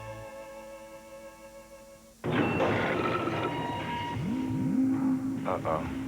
I'm a junior VP, and all the junior VPs have one of these. So I'll just call my secretary, and then she'll... Voicemail. Chuck, number 4 is down. Gotcha. I'm a mailroom guy, and all the mailroom guys get to see the phones that the senior VPs get. Nextel's two-way radio feature makes ordinary cell phones seem ordinary. And now, for a limited time, you can get Nextel phones starting at $99 each. How difficult is it for criminals to buy guns? Let these undercover cops show you how easy it is. Tonight on 60 Minutes.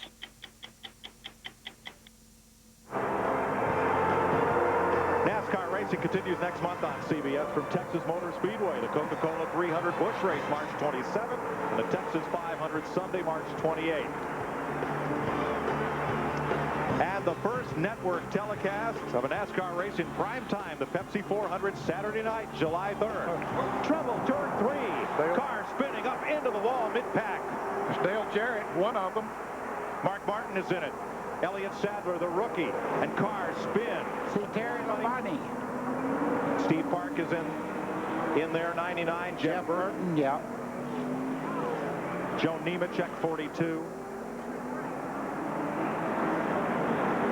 Sterling Marlin, number 40. Jeffrey Bodine, former winner. Boy, Ward Burton, heavy damage on his Pontiac. Those cars were all running so close together. And Dale Jarrett trying to win his 3rd Daytona 500. Will not today. There's Sterling Marlin in the 40 right there. Joe Nemechek in the 42. I saw him. Here comes Jarrett out of the car. That's great to see. Wow. A grinding crash entering turn 3 at lap 135 has brought out this 3rd caution of the day. And Jarrett, who had a chance to win over $2 million today. And Terry Labonte also had that same chance, and he's out of it. Mark Martin, tremendous amount of damage to his car. Gets you a good deal on a Ford Taurus, only driven 300 miles. No, you see, he's been around backwards. You see the cockpit is all intact. Mark is okay. Trying to see if that car will steer. There is Rich Bickle, the Wisconsin driver. Boy. Steve Park in the yellow fire suit. All discussing what happened to start that melee. That is Jeffrey Bodine driving for Joe and Nancy Bessie, the 86 winner. And look at the litter in turn 3. That is a mess. 10 race cars, wreckers and support vehicles. There's Dale Jarrett. You can see he's not hurt. He's not happy. A little aggravated, but I tell you, you can tell he's walking no limps. He's doing what happened. Elliott Sadler has been helped from his car. He's walking along to the ambulance. That's Terry Labonte inside the ambulance sitting that Dale Jarrett's in conversation with. Anytime there's an accident on a major super speedway, the drivers are required to climb into the ambulance and take the ride to the care center to be checked over. Let's see if we can see what happened entering turn 3. Well, there's Dale Jarrett right there. As they head off in the corner, he goes down on the flat part of the racetrack. He might have had a little bit of a bump from the 28 car, his teammate, as they went in there. At 190 miles an hour, it's almost impossible for the brakes to slow the car to miss the incident. You steer for the hole and hope it's still there when you get there. Boy, that track closed up in a hurry. When one car spun, they're as close as they were running together, they had to get a lot of other cars involved. And Ricky Rudd. Right there at the start of that replay, was there contact between Jarrett and the 28? Yeah, it looked like there was just light contact, just enough to turn him down on flat and shoot him right back up in front of oncoming traffic. Another angle. The cars you're watching, oh, Jarrett's already gone at that point. And just shoots back up across the racetrack right into Terry Labonte. And then other cars, there's Mark Martin in 6th car. There comes Ward Burton in number 22. Jeffrey Bodine, he was the next to him there. Robert Presley. Someone's upside down there. That was Bodine, I believe, that went on his route. Let's show you Dale Jarrett's view.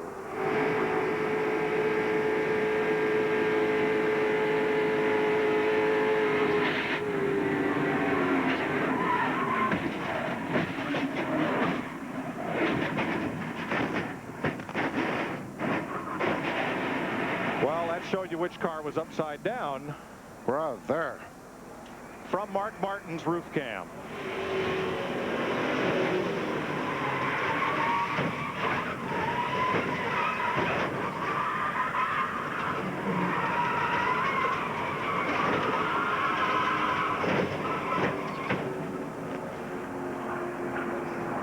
From Ward Burton.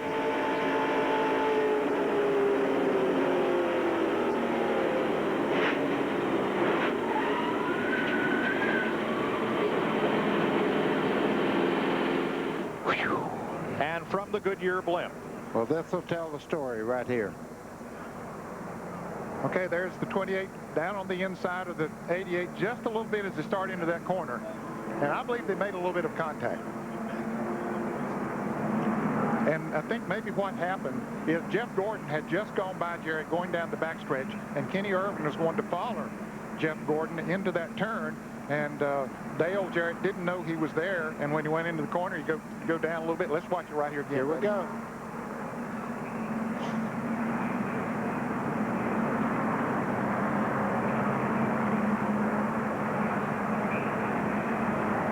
Is there contact? Right there from this angle. Boy, it didn't look like it. It looked like maybe the air was disturbed on the rear spoiler there, and it just jumped off the ground and down on the flat part of the racetrack. And from there, you're just a passenger. Well, let's ride with Kenny Irwin and see if his car nudges from contact with Dale Jarrett.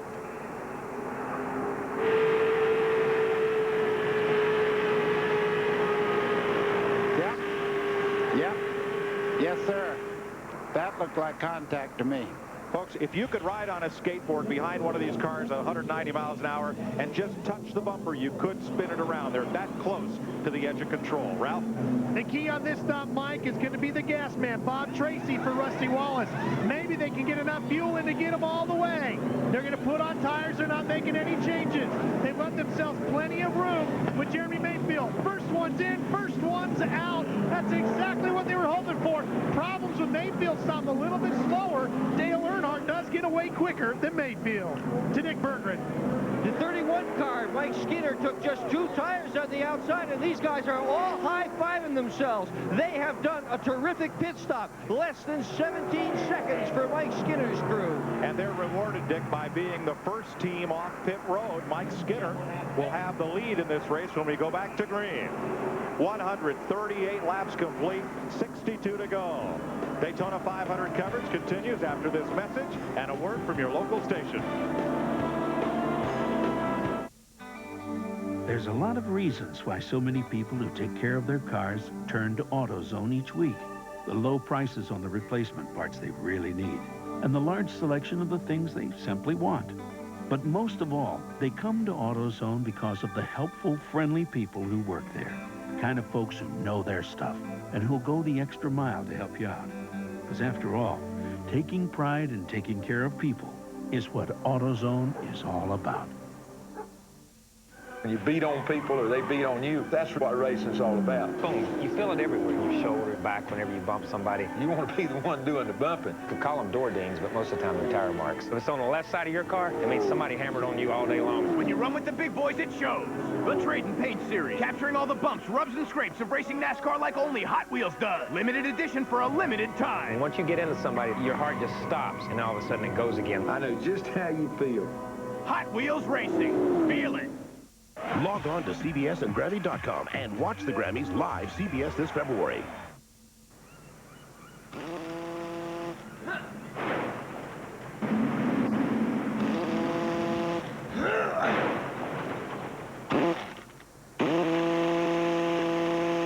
Introducing America Choice from GTE Wireless. Now you can use your wireless phone anywhere in the country without worrying about roaming or long-distance charges. New America Choice, only from GTE Wireless. Welcome to the United States of America.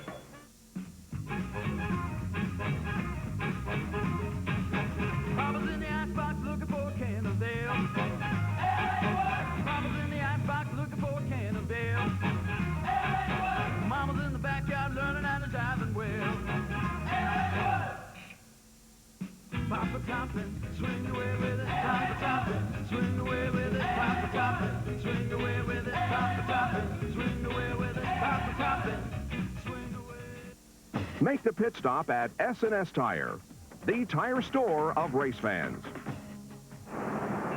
Welcome back to Daytona. We're under caution, 139 laps. Teammates Joe Nemechek and Sterling Marlin discuss the aftermath of Dale Jarrett's spin next to their wrecked race cars. From Dale Jarrett's car, let's ride along as a two-time Daytona 500 winner headed for turn 3.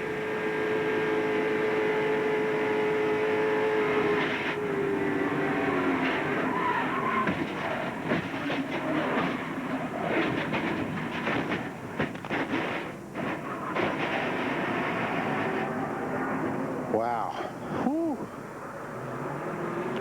Once again from Mark Martin.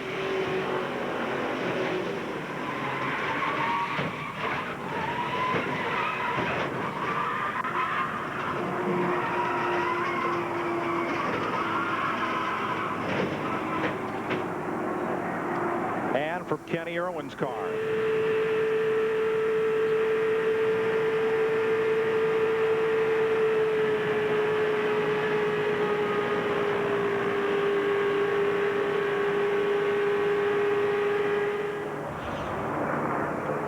We remain under caution with 60 laps to go.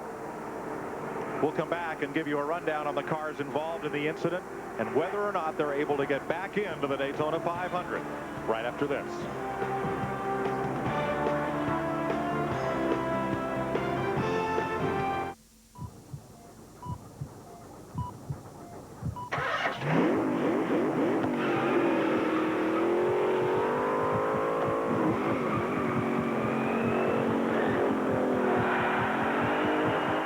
Dial 10-10-345 for long distance. Calls are always 10 cents a minute. Long calls, short calls, 10 cents a minute with no monthly fee. And every call's a chance to win a prize. So dial 10-10-345 +1 in the number today. Rough. You know something, Lou? Yeah? I know why we got fired. Too much of your yapping and not enough of this. What's that? Hey, that was uncalled for. Oh, and electrocuting us last year was okay. That was a joke. Ah, you like jokes, huh? Here's one for you. Two frogs walk into a bar. One of them does this. Ow! Slap the punk! Call security! Who's your daddy? Yeah, hey, ow! Want a piece of me? Frankie! Look, he's changing colors. Come on, squirt some tears, punk. Frankie, I think they're upset. Let me tell you about the best traffic report in town, brought to you by QXRT's Barb and Bill. Woo! Scorcher out there, and I hope none of you are trying to get anywhere soon. From up here, it looks like a little backup heading downtown. These guys have the ultimate view. This is Barb and Bill, the QXRT traffic team, signing out. Once again, our Explorer saves the day. Yeah, glad we're not down in that mess. And just think of the money they saved on a helicopter. The new Ford Explorer, built Ford tough. There are many ways you can get stuck with a flat tire. But not with this tire. Even with no air pressure, you keep driving to safety. The Goodyear Aquasteel Run Flat. It could be the difference between getting stuck and getting there. Only from Goodyear. When Cheech rents a place from Don, their relationship crumbles. You don't expect me to pay for this? I'm the landlord, not the dope that took the dive through the ceiling. An all-new Nash, CBS Friday. One lap and we'll go back to green. 18 cars on the lead lap. Jeremy Mayfield was up front, but look on this pit stop. He comes out of the pits in 8th place. And the crew very disheartened over that stop. Yeah, they knew it. They knew it was not a real good pit stop. Dick Berggren. Well, Robert Yates owns both Kenny Irwin's car and Dale Jarrett's car that were involved in that incident. What did it look like to you? You've been watching the replays. Well, I've seen one replay, and you know, I don't just have to wait and see what really happened. I didn't see it close enough to comment on it. Okay, no comment from Robert Yates. Very diplomatic car owner at the moment. On the replay from Kenny Irwin's car, you could hear the engine decelerate down the back straightaway as he tried to give Dale Jarrett room to get in line. That was what Irwin told his crew chief over the radio. I tried to give him room to get in. Let's see what Bill Elliott saw through all this. Elliott now the 17th place car.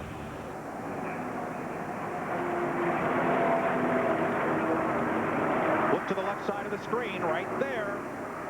Did they touch? We're back under green. 12 cars involved in that accident. Only one, Ward Burton, has come in and out of the pits.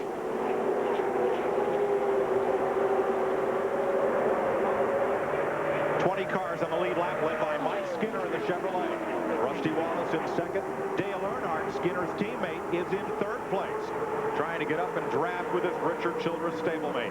And Michael Waltrip in fourth place, having a great run here today in the car number 7, the white and blue car. Then it's Jeff Gordon in fifth. Ernie Irvin sixth. Kenny Irwin. Here's Irwin on the inside, 7th. Michael Waltrip to the high side in number 7.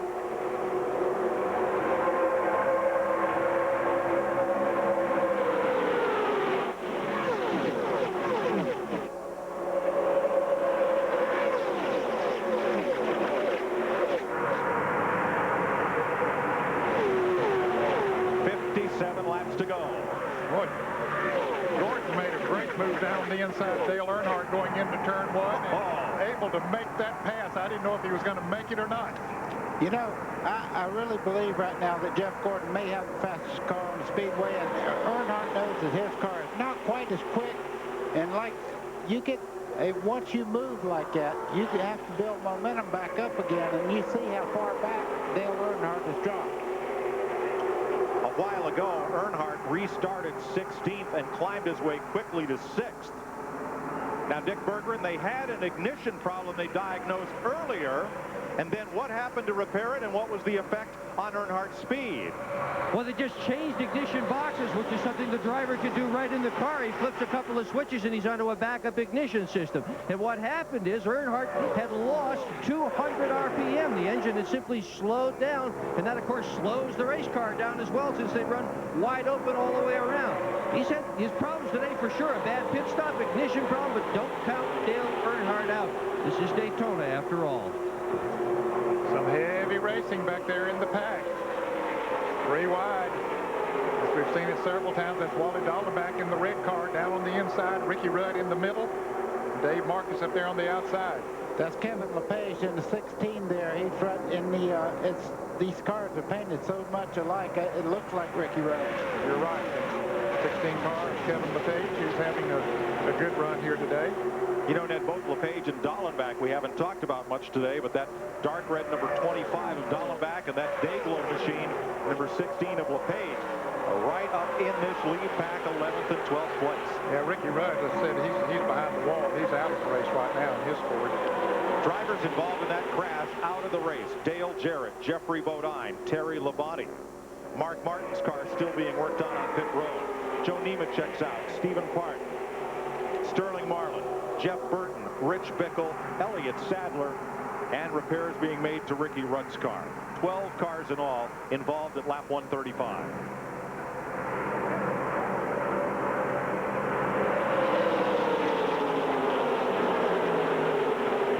Mike Skinner first, Rusty Wallace second. 1984, Mike Skinner was on Rusty Wallace's pit crew. He was a tire changer, and he remembers thinking every time Rusty came on pit road, I should be in that seat. He got ready to quit. Darrell Bryant, the crew chief, then said, what would it take to have you stay with us, Mike Skinner? He said, Rusty's seat. He's got his own seat today, and it's got a pretty good view right now. First place, Skinner over Wallace. Mike Joy. That's a great story, Ken. Mike Skinner came down here and for a while, I think even swept the floors over at Richard Petty's shop.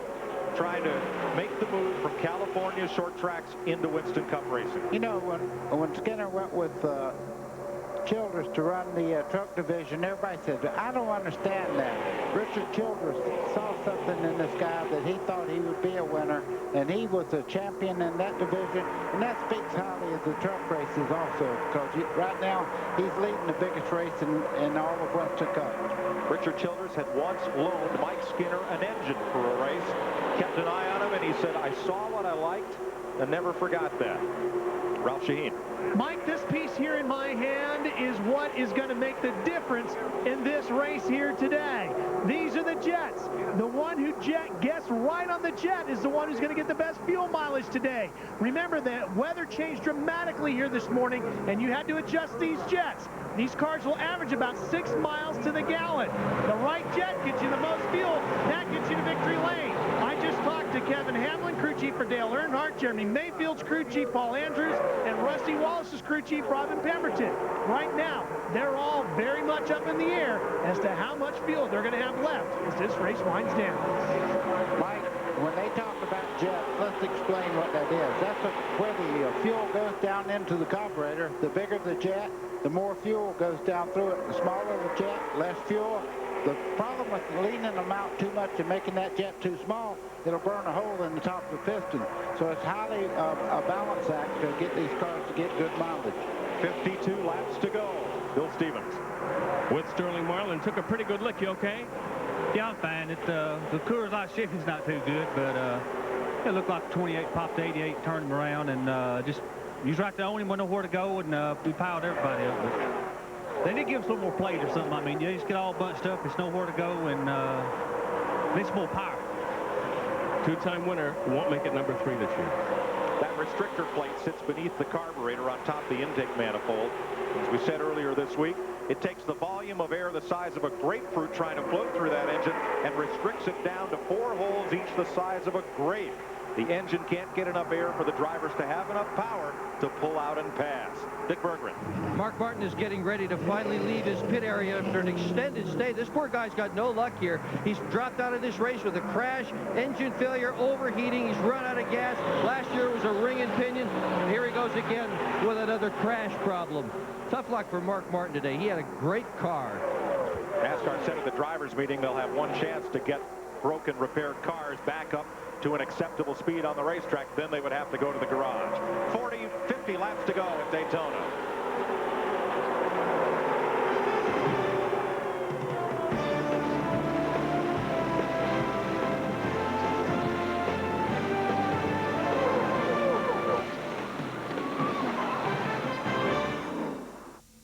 As Napa drivers, you're responsible for safely delivering the best parts in the world. So I've brought in a special guest instructor. Ron Hornaday, NASCAR Truck Series champion. You want to go to the turns about 130. What's a safe distance to be from the guy in front of you? 5 inches. It's called drafting. Oh? All right, get in the truck. I'm going to have to show you. You getting all this down? They're going to can me for this. Sounds like a hot idea is going public. Ben, gotta get in on it. Something new. Applebee's new. 100% ground chuck. Grill. Older. Beef beer. Beef beer. Give me beef beer. Cheese. 2 slices. Fresh. Onion. Red onion. Give me pickles. Big one. Toast the bun. Toast the bun. I want fries. You got it. Want to buy? Buy. Oh, what a price. Buy at Applebee's. New Great Grilled Burgers. New Great Grilled Burgers. Don't miss this initial public offering. You belong at Applebee's. Crew set. Everybody's ready. Let's go. Here it comes. Let's hit it.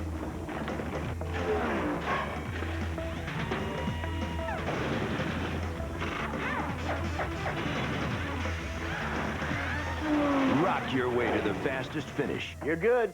You're fast. After lunch, we'll do the other side of the street. Make sure you've got genuine sheetrock. USG Sheetrock brand products. Official marketing partner of the NASCAR Craftsman Truck Series. In racing, the engine is everything. What? It's the driver. A driver will never see a finish line without a great engine. The greatest engine will never see a victory lap without a great driver. At least they agree on Haviland Formula 3 motor oil, the same oil you can buy right off the shelf. The engine's the first thing over the finish line.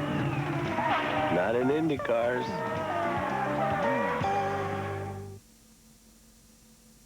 This CBS Sports Race Summary is sponsored by Haviland Formula 3 Motor Oil. Add more life to your car.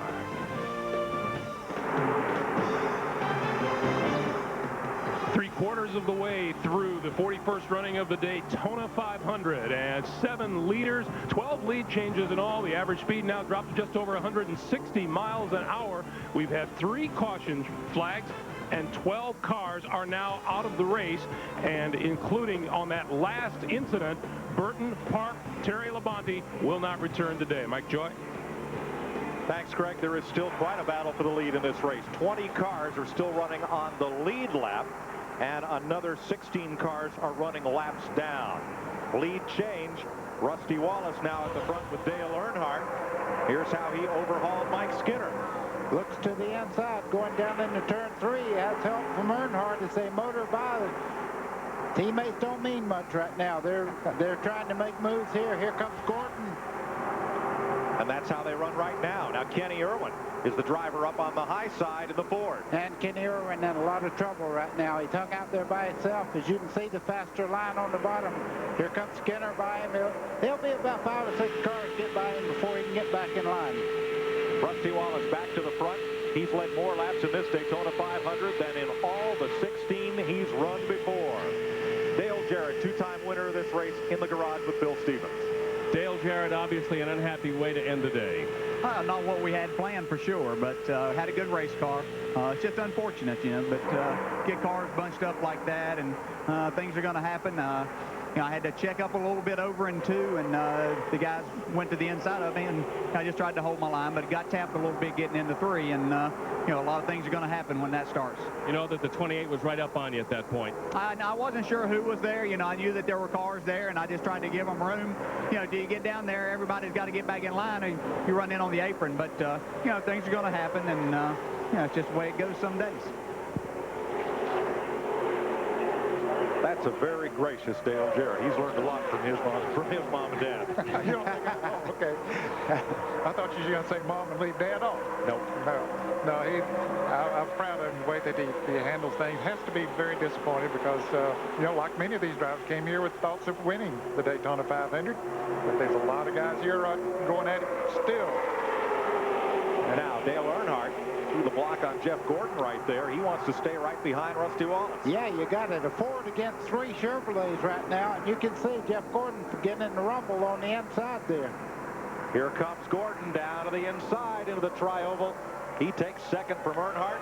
Skinner is going to repay the favor his teammate put on him 2 laps ago. Pass by Earnhardt. Now come up and draft with him. Now that's the lap car there, the 30 there, Derek Coates. He's right in the middle of this thing, though. Well, he'd like to get up there and get in front of the leader, Rusty Wallace, and then have a caution come out, and he'd get back in the thick of this thing. He's currently running in the 21st position, 1 lap down. Ooh, was that a bump in the back straightaway between Coates and the car on the outside, Dale Earnhardt? Or either the 31 car. I'm not sure which one he touched, Mike, but it looked like they got awfully close together. I think we're about to see the second part of this. These guys are racing right now and trying to get that great track position. You see some of Rusty's crew there looking this on, checking every lap. Well, this race could come down to the final pit stop. And every second you gain in the pits, that's 300 feet out on the racetrack. Now, Bill Elliott, Kyle Petty, Rick Mast, and Robert Presley all pitted at lap 141 under yellow. They may not have to stop again. Here's another look. Yep, it was Skinner. Skinner gets sideways. You see just behind him there, Dale Earnhardt. Watch them as they start down through here. Right there, they come together. And here goes Gordon trying to move around. Once again, or is Skinner trying to pass him on the outside? Mike Skinner trying to come back on the outside with Irwin waving. You saw Skinner on the outside waving to Irwin. Come on, help me. Push. Let's pedal hard. And Rusty's looking in the mirror. Hey, y'all just keep it up. Oh, yeah, he's loving that. And they're right back there running side by side. It just sets him free out front. He can't pull away from them, but at least he's running a good, clean, free air. And Kenny Irwin has a tremendously fast car. He dropped back to about 9th. He fought his way back up there. Look at him look to the outside here, down the back straightaway. Almost, yes they are, 3 abreast. Kenny Irwin way up the racetrack, and Skinner right in the middle. Let's go back to the garage, Bill Stevens. With Joe Nemechek, first half of the race, no problems, then bombs away. Yeah, it was pretty clean the first half, but you know, when they have those restarts, everybody gets kind of anxious, and everybody's battling for that spot, and I don't know, someone got turned sideways. It's a shame for, you know, this whole Bell South Lucent Technology Chevy. Guys worked real hard, had our best qualifying run ever here at Daytona for the 500, and end up tore up in the garage again, but I'm all right. Front row Joe still happy. To Ralph. Ray Evernham, the crew chief for Jeff Gordon. Ray, are you in a good position now? You're right where you need to be? Well, not really. I'd like to be out front, but the car's just a little bit off. Rusty's got an awful fast car, so we're going to need some help if we're going to get out front. What do you think you'll get that from? Anybody in particular you run better with? It doesn't seem like we've got any so far today, so I don't know where it's going to come from. It's going to have to wait till everybody gets greedy at the end and hope the cards fall where they may. How about fuel? You okay there? Yeah, we should just make it. We should make it by 0.6 of a lap.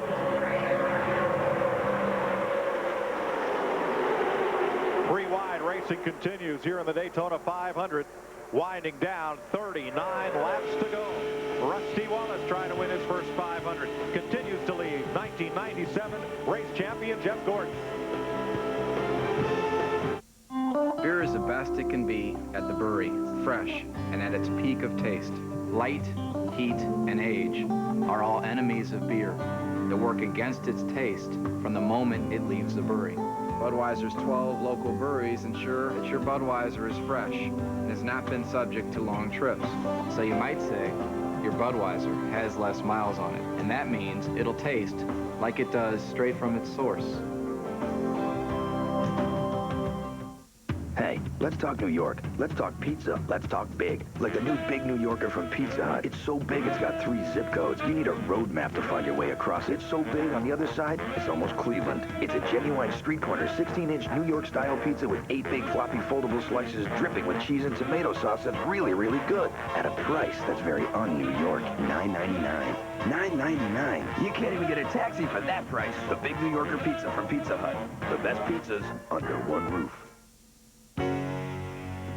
It's the greatest racing on earth. Excitement. Speed. The drivers. It's a rush. Exhilaration and acceleration. Family fun. Fast cars. Tough trucks. The NASCAR Winston Cup Series. The NASCAR Busch Series. The NASCAR Craftsman Truck Series. This is NASCAR. NASCAR is racing. Michael came onto the scene in Indy cars as a winner. I'm very proud of the fact that he's carrying on the Andretti name. I'll never forget the first really competitive pass that he did on me. We banged wheels a little bit. That car almost full drift in front of me, and he was gone. Adios, Dada. The Andrettis rely on the same Haviland Formula 3 motor oil you can buy right off the shelf. That's my boy. Ray's taking an exotic Caribbean cruise with his mother. Bingo starts at 4. But I'm hanging myself at 3. All new Raymond, CBS Monday. 36 laps to go. Up front, Rusty Wallace trying to win his first Daytona 500 in 17 years of trying. Second, Jeff Gordon, the 97 winner. Third, number 3, Dale Earnhardt, last year's winner. Fourth, Mike Skinner, the 97 pole sitter. And fifth, Jeremy Mayfield, number 12, who got his breakthrough first win last season. And I'm watching Michael Waltrip in that 7 car. He has driven the wheels off that car today, Ned. He really has. He has a good fast race car, and he has moved around on the racetrack. He made a move a while ago out there that really, it was a good one. Took my breath. Positions, yeah. 20 cars on the lead lap, just 2 seconds apart. Will there be a final pit stop? Dick Berggren? Well, we've been taking a little vote here, and we've taken some polls in the pit area. Larry McReynolds, who is crew chief for Mike Skinner, very confidently says, we're okay. So I came down and asked his teammate, Kevin Hamlin, who's crew chief for Dale Earnhardt, can you make it? He said, We'll see. I said, what does that mean? He said, we're going to try. Bill Stevens? Indecision all along pit road. Spoke to Jeff Hammond after Chad Little's last pit stop. I asked him, another pit stop. He said, splash and go. Ralph.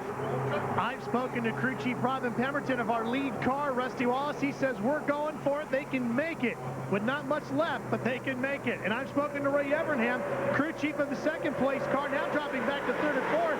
Jeff Gordon. They think they can barely make it as well, Mike. Wallace, the leader. Mayfield tries to go to the low side to get with his teammate and almost piles into Earnhardt. I'll tell you what, it's cool out there today, and if Earnhardt gets to the front, these fans will be jumping up and down. They are getting wild out on that racetrack. They are flat doing some racing. Well, what happened there is the 3-car, Earnhardt, he looked in the mirror and said, you know what? You're not going to do that to me. He just checked up and pulled hard left on Jeremy Mayfield. He's the black Chevrolet in the midst of that Ford sandwich. Probably Dale Earnhardt knows best how Rusty Wallace feels right now. It's Wallace's 17th 500. It took Earnhardt 20 years to win this race.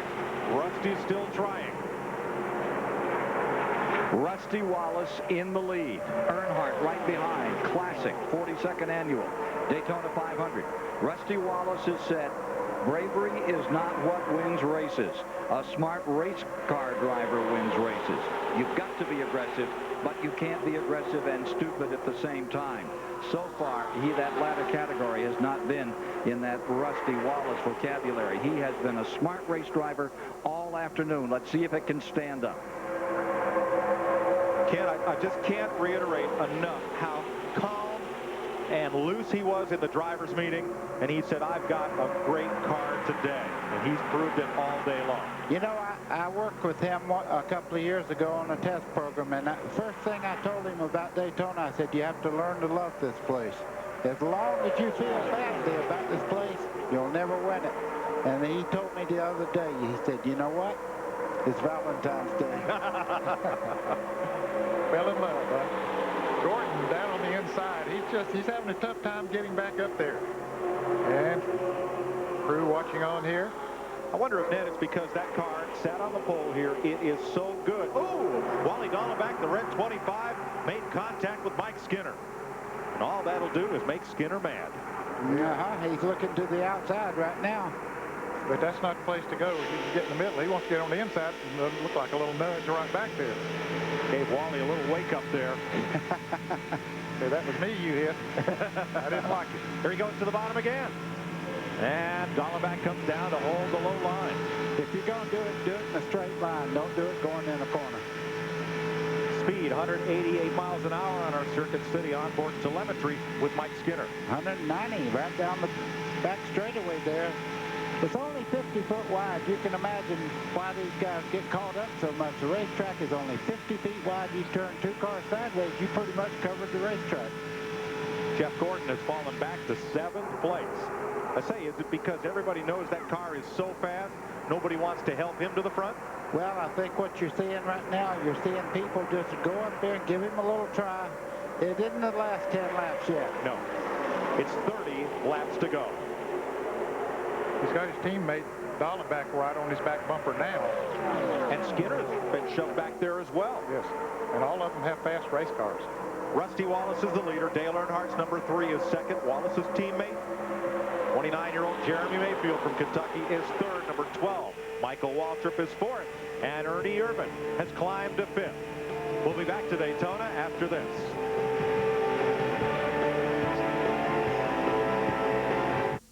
12th Street Warriors about to play the game of the season. This time, it's all about pride. We can't lose to this team again, y'all. Not this time. We got this game. Only winners riding in this expedition. What about that pitch? For Williams? I couldn't even see it. But we are warriors. Warriors. Warriors. Warriors. So, you girls really showed up, huh? You guys better pray for rain. The 1999 expedition built Ford tough. In racing, the engine is everything. what? It's the driver. A driver will never see a finish line without a great engine. The greatest engine will never see a victory lap without a great driver. At least they agree on Haviland Formula 3 motor oil, the same oil you can buy right off the shelf. The engine's the first thing over the finish line. Not in Indy cars. The rigid 10-inch table saw powers through even the toughest hardwoods. The oscillating sander converts from spindle to edge belt sanding in seconds. Engineered for power and precision, each and every rigid tool carries a lifetime warranty. But when it comes to something with even more power, Rigid's got that too. Rigid, available at the Home Depot. There are many ways you can get stuck with a flat tire. But not with this tire. Even with no air pressure, you keep driving to safety. The Goodyear AquaSteel Run Flat. It could be the difference between getting stuck and getting there. Only from Goodyear. No one thought Villanova could beat mighty Georgetown. No one but a coach named Raleigh and his Wildcats. March Madness is here on CBS. Trouble in the back straightaway. One car goes spinning, flipping wildly. That is Bobby Hamilton, I believe. The number 4 from Morgan McClure Racing. And everybody tries to get by. They do. Caution is out. Caution flag. 4th one of the day. They'll run back to the flag. Rusty Wallace leads them down to the caution ahead of Earnhardt and Mayfield, and all the speculation of gas mileage need be no more. Ned, I think he'll have to come in now and take all that, you know, maybe right side tires, try to get that great track position and just take on fuel. Well, you can see a lot of damage to the front end on Bobby Hamilton's car, and it looks like he was moving around a little bit in there. Yeah, I could see him moving around. The roof flaps did deploy there where when he got around backwards, it didn't just start flipping wildly down the back straightaway. The frames of these cars are constructed so that there is a lot of sheet metal and structure up there in the front of the car to help absorb an impact such as this. Transmit as little of it to the driver as possible. Well, once again, it's so hard to pass out on the racetrack. It'll be the pit crew's turn to try to gain their driver some speed. I wonder if we'll see some gas-only pit stops or some 2-tire pit stops this time. It'll be interesting to see. Let's see what happens here. Okay, this is Bobby Hamilton right there. Turned sideways there. All of a sudden. There was smoke from the right rear as he started around.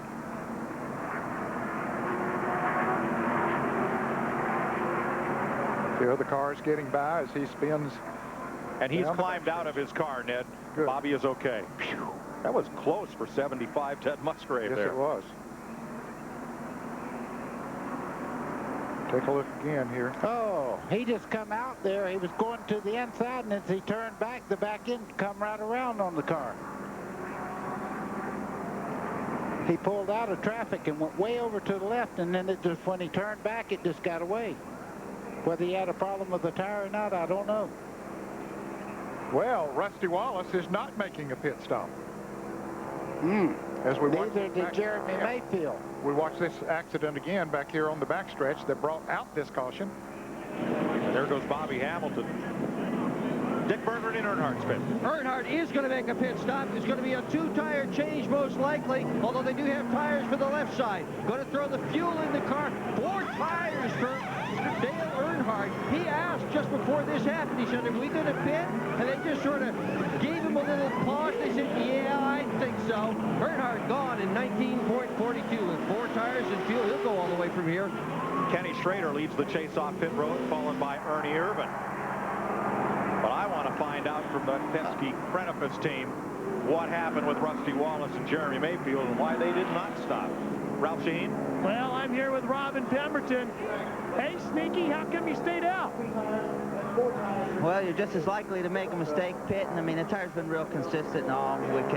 We should be able to make it on fuel with the extra couple caution laps in there. So, you know, I figured there'd be half of them would pit, but not all of them. Now, knowing the fact that you got Jeremy right behind you too, is that an added bonus to make me staying out on the racetrack? Never hurts. We'll see what happens. We're under caution with 25 laps to go. We'll be back after this message and a word from your local CBS station.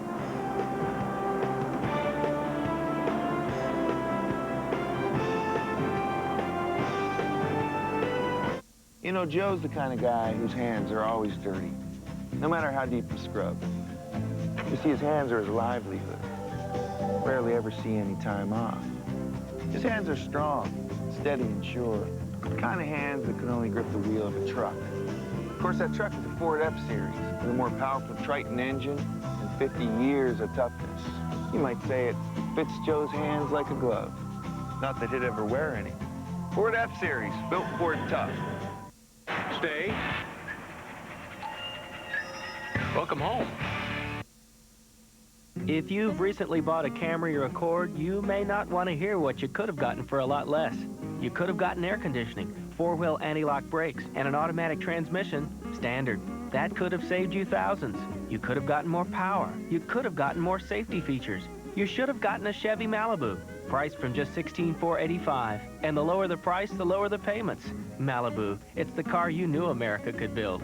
Or at least you should have. See your local Chevrolet dealer now. Pizza Hut dared anyone to find a better pizza. Oh, really? Papa John took the challenge and won in independent taste tests, one big time. That's not surprising. After all, we were named Best Pizza Chain 2 years in a row. Anybody can claim to make a better pizza, but it's you, the consumer, who've decided. Better ingredients, better pizza, Papa John's. Try our Papa's Choice, a large pizza with your choice of up to 5 toppings for just $10.99. Race fans, start your engines. Bobby Allison's Winter Circle has the largest selection of officially licensed NASCAR merchandise in Central Kentucky. Bobby Allison's offers a great selection of die-cast, apparel, and souvenirs featuring the hottest drivers ever to race. Let Bobby Allison's Winter Circle put you in the Winter Circle with our great race packages to the hottest tracks on the circuit. Stop by or call for details. Visit the newest Bobby Allison's Winter Circle, now open in Hamburg Pavilion, I-75 in Manowar next to LensCrafters, or the original store in Lexington Mall. Make the pit stop at S&S Tire, the tire store of race fans. Ford's presentation of the Daytona 500 is sponsored by Ford. The official truck of NASCAR is built Ford tough. Brewery Fresh Budweiser, official beer of NASCAR. Hey, race fans, this Bud's for you. And by Goodyear, innovators of run-flat technology. Following today's coverage of the Daytona 500, get a complete wrap-up with the latest news from the track, audio interviews, and more. You'll find that at cbs.sportsline.com or log on to America Online at keyword CBS Sportsline. Tiger Woods continues to tear up Torrey Pines in the Buick International, the final round. He entered the day 15 under par. He's now 17 under and leads Billy Ray Brown by 3 strokes. You'll see that later on CBS Sports. From the Goodyear blimp, Stars and Stripes, let's watch Bobby Hamilton as he spins down the backstretch, eyes wide shut.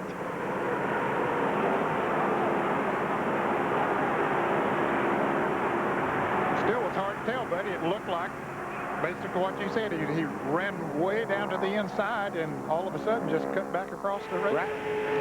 That's what it looks like from Robert Presley's car. No contact. No, and Kyle Petty almost got there.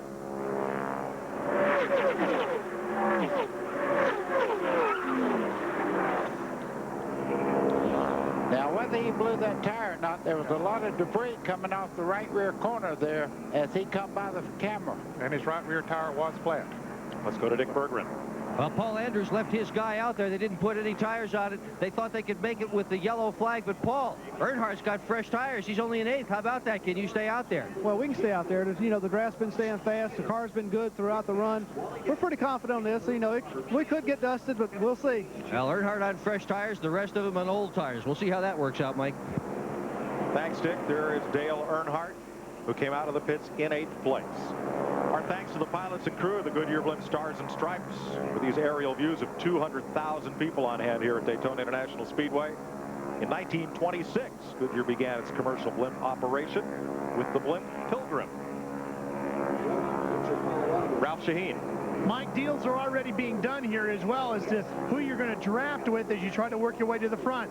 Dale Earnhardt is going to try to hook up with Jeff Gordon. That deal has been made between Richard Childress and Ray Evernham. Rusty Wallace and Jeremy Mayfield lead them back to the green flag. 22 laps to go.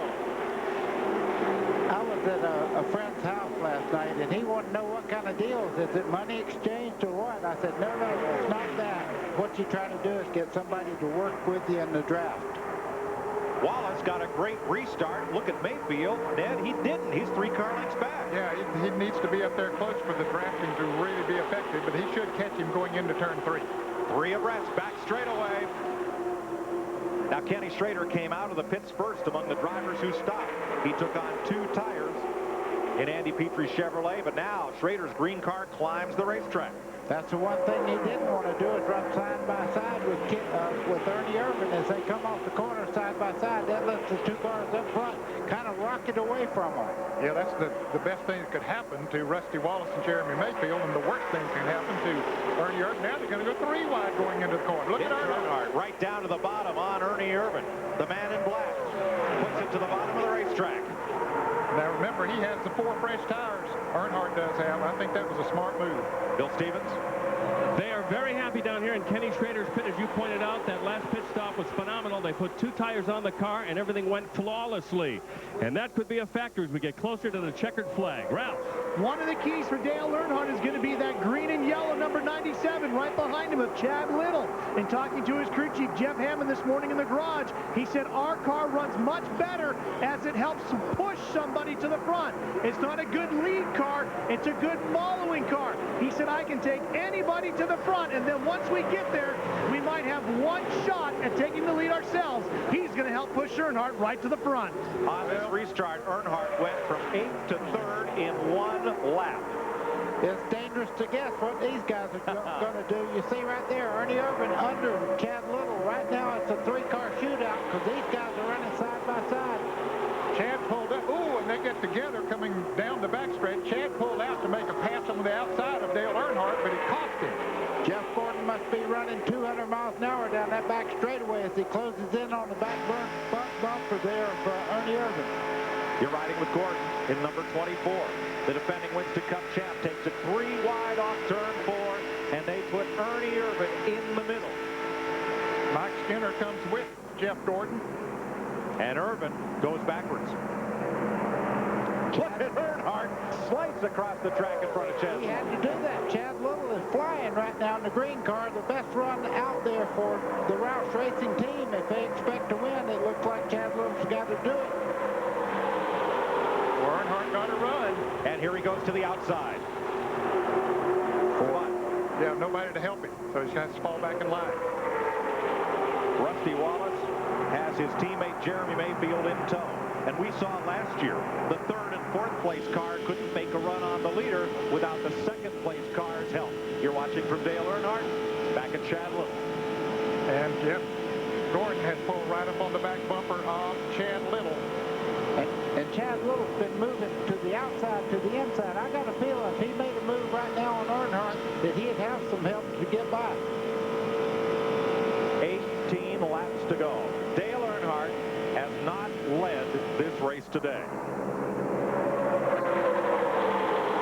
Jeremy Mayfield is in his 6th 500, running in 2nd place.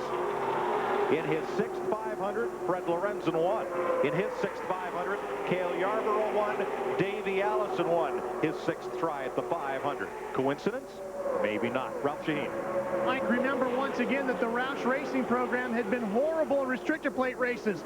4 races last year with 5 cars. They didn't get 1 top 5. That's 20 attempts in a top 5.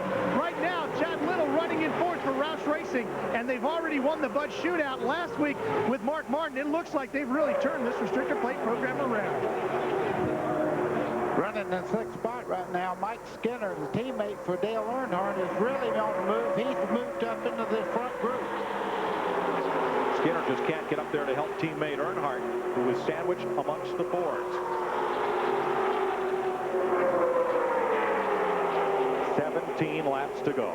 Oh, boy. 17 years of trying. Rusty Wallace. And the guy in second place, if he was to luck up and win this race, and I don't mean luck up, I mean get into the win, he would take way over $2 million home. He's one of the guys going for that $1 million bonus today. An extra million if Mayfield or Gordon among these leaders should win today. And that's a $1 million bonus for a lucky fan as well. But I don't think anybody out there is thinking about dollars. Here comes Earnhardt to the inside. He is. Chad Little to the outside. And Gordon going with Earnhardt. They were bump drafting. You could see Earnhardt's car lose traction and down the straightaway there. Gordon actually pushed him down the back straightaway. And Jeremy Mayfield got caught out. He is back to 7th place. Rusty Wallace lost his best friend right there in that situation. Yeah, boy. Able to be right up there with him. Here comes Gordon in 3rd place now.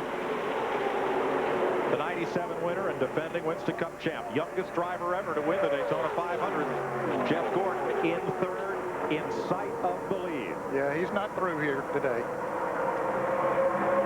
Gordon led the first lap, then 5 more, but has not led since lap 20.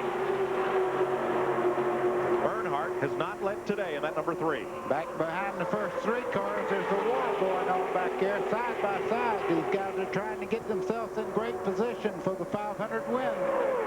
Some of the cars involved in that lap 135 wreck have come back into the race. Sterling Marlin, Joe Nemechek, Steve Park, many laps down. What they want to do is just make a few laps and get ahead of those other cars that are not able to get back out of the garage area. Let's go to the pits and Bill Stevens. The owner of Roush Racing, Jack Roush. Have you and Jeff Hammond gotten together here on strategy in the closing laps? Well, we've been looking at it throughout the race. You know, the 97 John Deere car has been getting really good mileage. We'd hoped that would work to our advantage. And they filled it up with gas at the end here to get the back end down a little bit and went on ahead and put 4 tires on it, which the 3 car did, or the 24 car did. I'm not sure about the cars in front. I think that the 24 and the 97 have got a tire advantage. We'll see if we can use it. Obviously, they've talked strategy. Well, now Jack Roush raises an interesting question. Rusty Wallace will have a very light fuel load at the end of this race. He did not make a pit stop. Well, how much a difference will that make? It could make a difference, Mike. Certainly they factor that in all the time on setting race cars up. But as Robin Pemberton, the crew chief, pointed out earlier, the car's been pretty consistent, even after the fuel load gets down, so they were not that worried about it. But I'm wondering, too, if it might not cost them. Mike, you're actually touching there, coming off the corner. Gordon trying to get that spot in. Earnhardt caught on the outside. Here comes Jeff Gordon. Rusty will move down to pick up a little bit of push from Gordon. And Mike Skinner pushing Jeff Gordon right by his teammate Dale Earnhardt. Boy, this thing's getting exciting. Look at Gordon look to the inside of the 2 car. Now I want you to watch how close he puts the bumper of that Chevrolet right up under. He did it to Earnhardt on the last lap. He'll try to do it on Rusty Wallace coming off of turn 2 the next time. He wants to stick that bumper right up under the back end of Rusty Wallace's car, try to make him loose coming off of that corner and pass him like he did Earnhardt the last time around. Let's see if he tries it. Yeah, you know who's sitting right back here in 3rd spot? Mike Skinner. He's watching him do this. He's learning a lesson, but look on the outside there. Chad Little gets cut off as they come off the corner. And Skinner and almost turned him around. I thought it was a wreck. I don't know how Mike Skinner hung on to that race car. And still just digging. Kenny Irwin has moved up in there also in the 28 car. Earnhardt drops under him. Dale Earnhardt pulls up on his teammate, Mike Skinner. Now, they have 2 teammates. Ken Schrader is part of an alliance with that team. There's 33.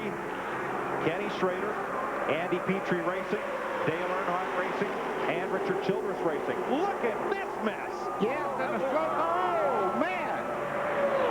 It did work. I thought it was going to be a crash. They have wide for the lead. This is going to get exciting. Look at Earnhardt coming up on the back of Jeff Gordon down the back straightaway. He'll try to make it 4 wide, but Michael Walton's going to try to make it 5 wide. 10 laps to go this time. 17 times the driver to lead with 10 to go did not win the 500. 4 times that was Dale Earnhardt. Let me tell you,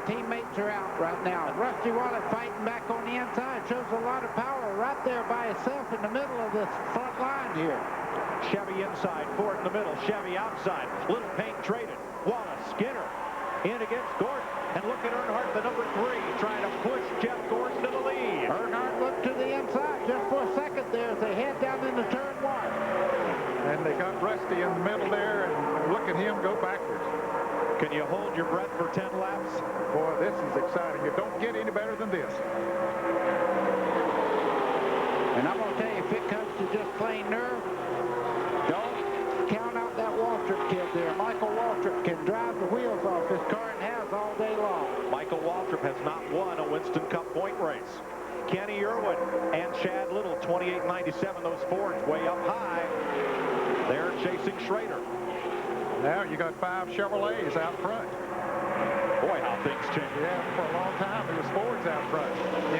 Irwin trying to get up there and change that about a little. What a great shot. You're looking now at Dale Earnhardt's car down the front straightaway, right behind Gordon as they head off into turn 1. 3 wide they are once again with Skinner in the middle. How frustrated must Dale Earnhardt be that he has not led a lap today? Well, it's not over yet. You know the one that counts.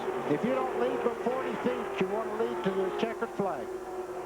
All right, what does Dale Earnhardt do to pass Jeff Gordon? He's going to have some help. He's got help. Look at Waltrip there in 3rd. You'll have to make a move and have somebody to go with him and get that bumper right up. And that's the way Jeff Gordon got by him. He stuck that bumper right up under Earnhardt a little bit earlier, got his car loose. Earnhardt knows how to do that better than anybody else. Dick Bertrand. Richard Childress, you've been watching all this stuff. What's Earnhardt got to do here? Well, you know, it's hard to say. You know, he's got the experience. He's going to do his best. You know, can't say nothing. You know, it's been a heck of a race all day, and Skinner's done a good job. Who knows what's going to happen here at the end? Is he going to move him out of the way? Is Earnhardt going to move Gordon? I don't know. You know, Dale, he's got some moves on him left. Ralph? The conversation on the radio with Jeff Gordon is be patient. 8 laps to go, 7 laps to go. Watch your rear view mirror. They don't want him to get too far out ahead. Plenty of laps of racing still to go. From 1st to 17th is only 17 seconds with 8 laps to go. Mike, the man that made that move that Gordon put on Earnhardt a while ago is the man that made that move famous, and he's running in 2nd spot right now. Jeff Gordon won his qualifying race here as a rookie in '93.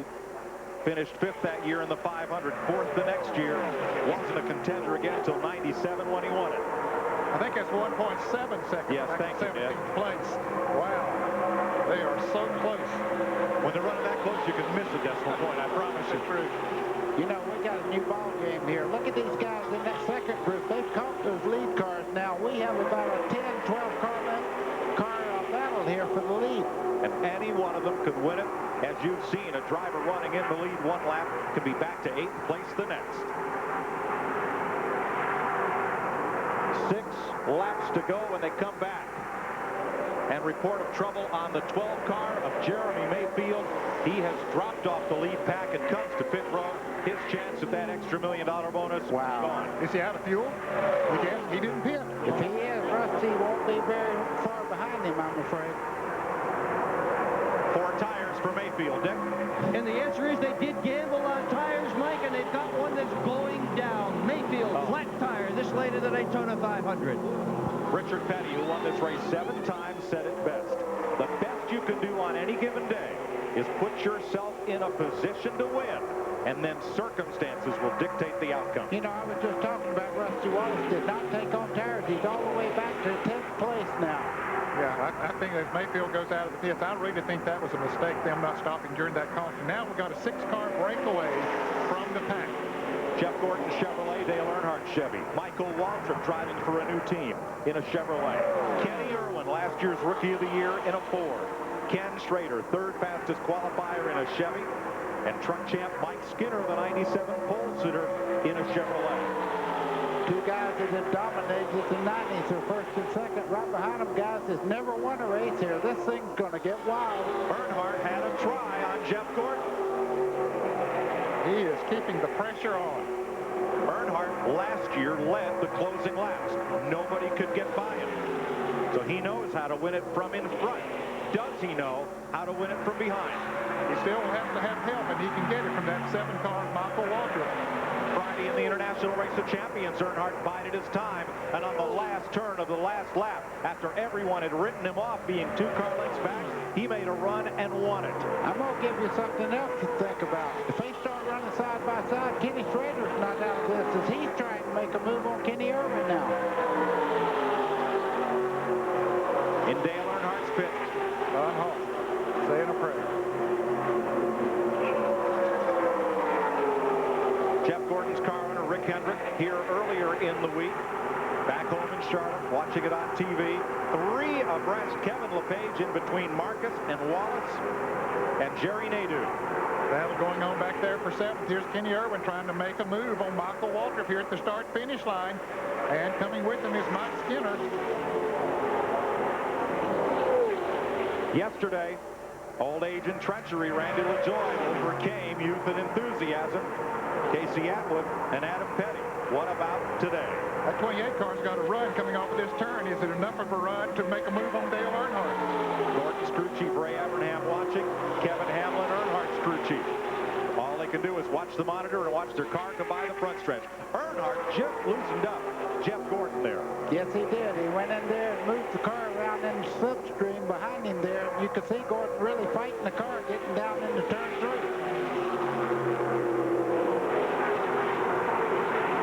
Down the short chute.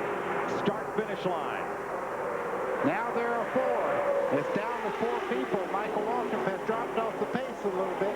And it's down to 2 laps to decide the Daytona 500.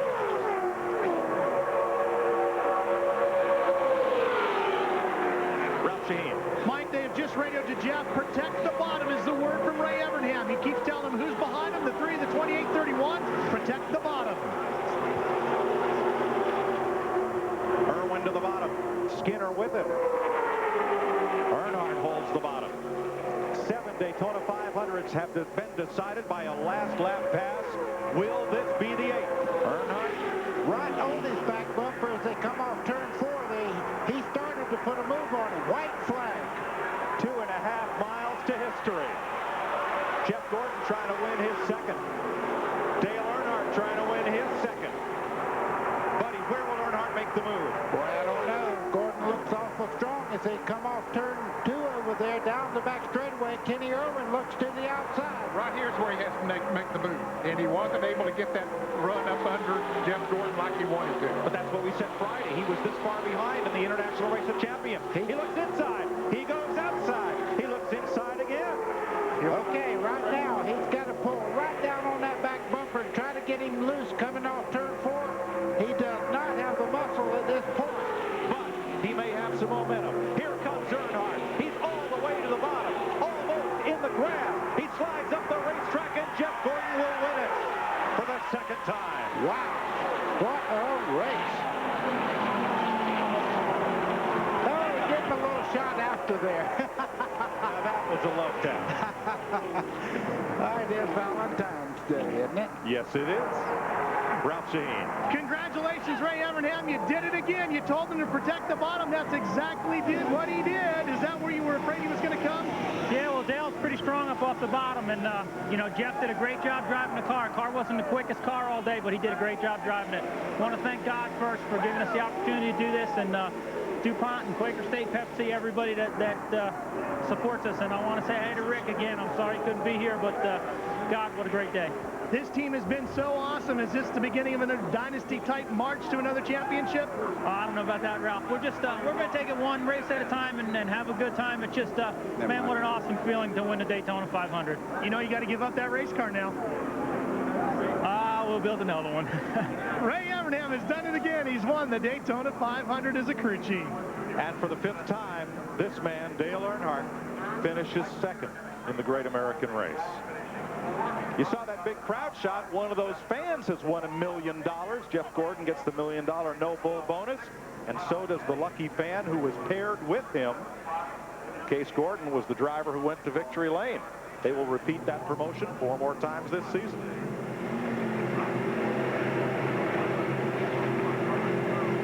He just hung around in there all day, and when the time came, he's done that so many times. Man, he didn't lead a lot. He led 6 laps in the first 20 and then came back to lead the last 11 laps. They made him look for it. He's just giving a little smoke job coming down through there. The rear wheel spinning, smoke flying out the back of Jeff Gordon's car. Second victory in 3 years for the Pittsburgh, Indiana driver who started at age 5, winning races in quarter midgets, moved up to midgets. At age 14, he was driving a 1,000 horsepower sprint car and winning with it. He went to ask for his first sponsorship. The Valvoline executive said, "How'd you get here today?" He said, "My mom drove me." That was good experience for the man that Forbes magazine this fall called the biggest one-man marketing machine in sports. Dick Berggren. Well, Dale Earnhardt surrounded by media. Let's just jump in and hear what he has to say. Dale? Earlier on, you had some problems earlier on, and then the car... Well, we had an ignition problem earlier on, and the car just wasn't running up to par. It just wouldn't get up to speed, and we finally switched boxes, and the car ran a lot better. But it came up in the draft there at the end, and we were just trying to work. I was wanting to get with Skinner, try to work with him, but I couldn't, and he couldn't get with me. And we just was trying to do all I could do, just get to the 24. And his car was pretty strong off the corners, and if I could have just got to him off the corner, I might have got under him, but I just couldn't get there. Came close, though. What happened at the very tail end, those last couple laps when you were trying so hard, Dale? Got beat. Got beat. Dale Earnhardt, second for the 5th time. To Ken Squire. He is still in the car. Brooke is right here. She walked by me and said, "What a race." Indeed, $2 million richer. Jeff Gordon, as he pulls it off, fending off the old warrior, Earnhardt. In those last 4 or 5 laps, as Earnhardt tried to turn him just a little, use up those rear tires, he's just about ready to clamber out of car number 24 after a brilliant victory in one of the greatest Daytona 500s of all time. Here is the champion of the 1999 Daytona 500, Jeff Gordon, having just a moment to get his shoes straightened out, and here he is.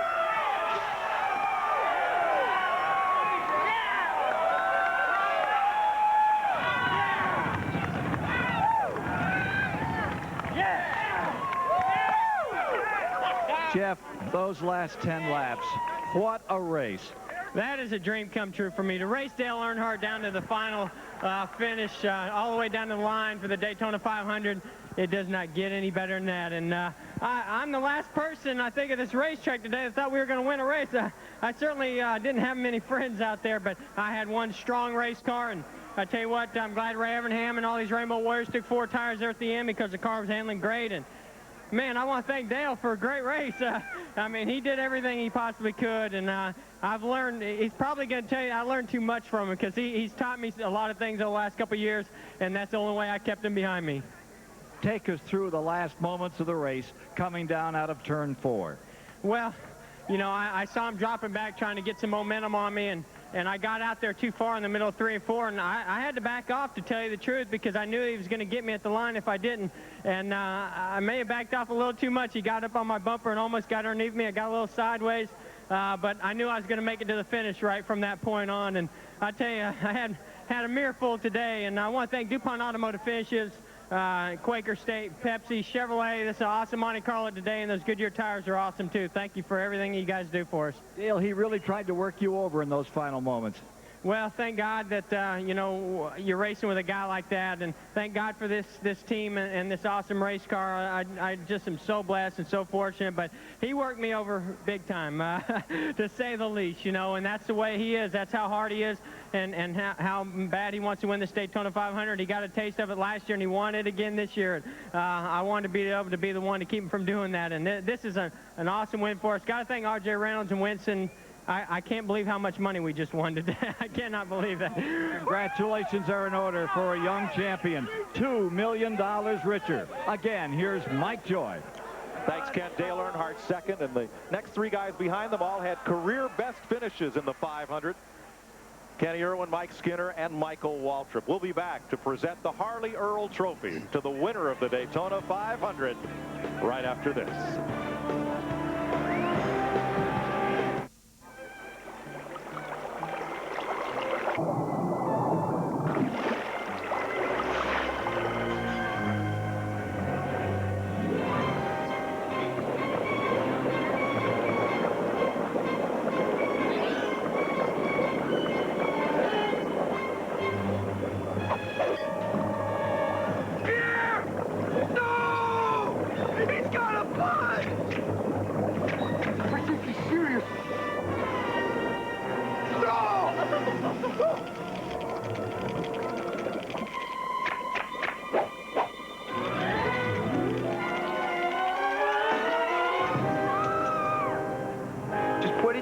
it down, man.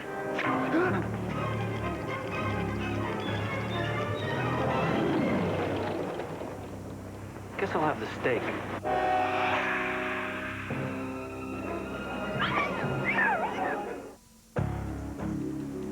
There are many ways you can get stuck with a flat tire.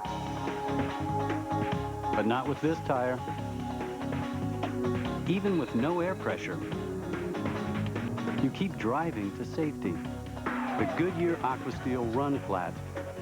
It could be the difference between getting stuck and getting there. Only from Goodyear.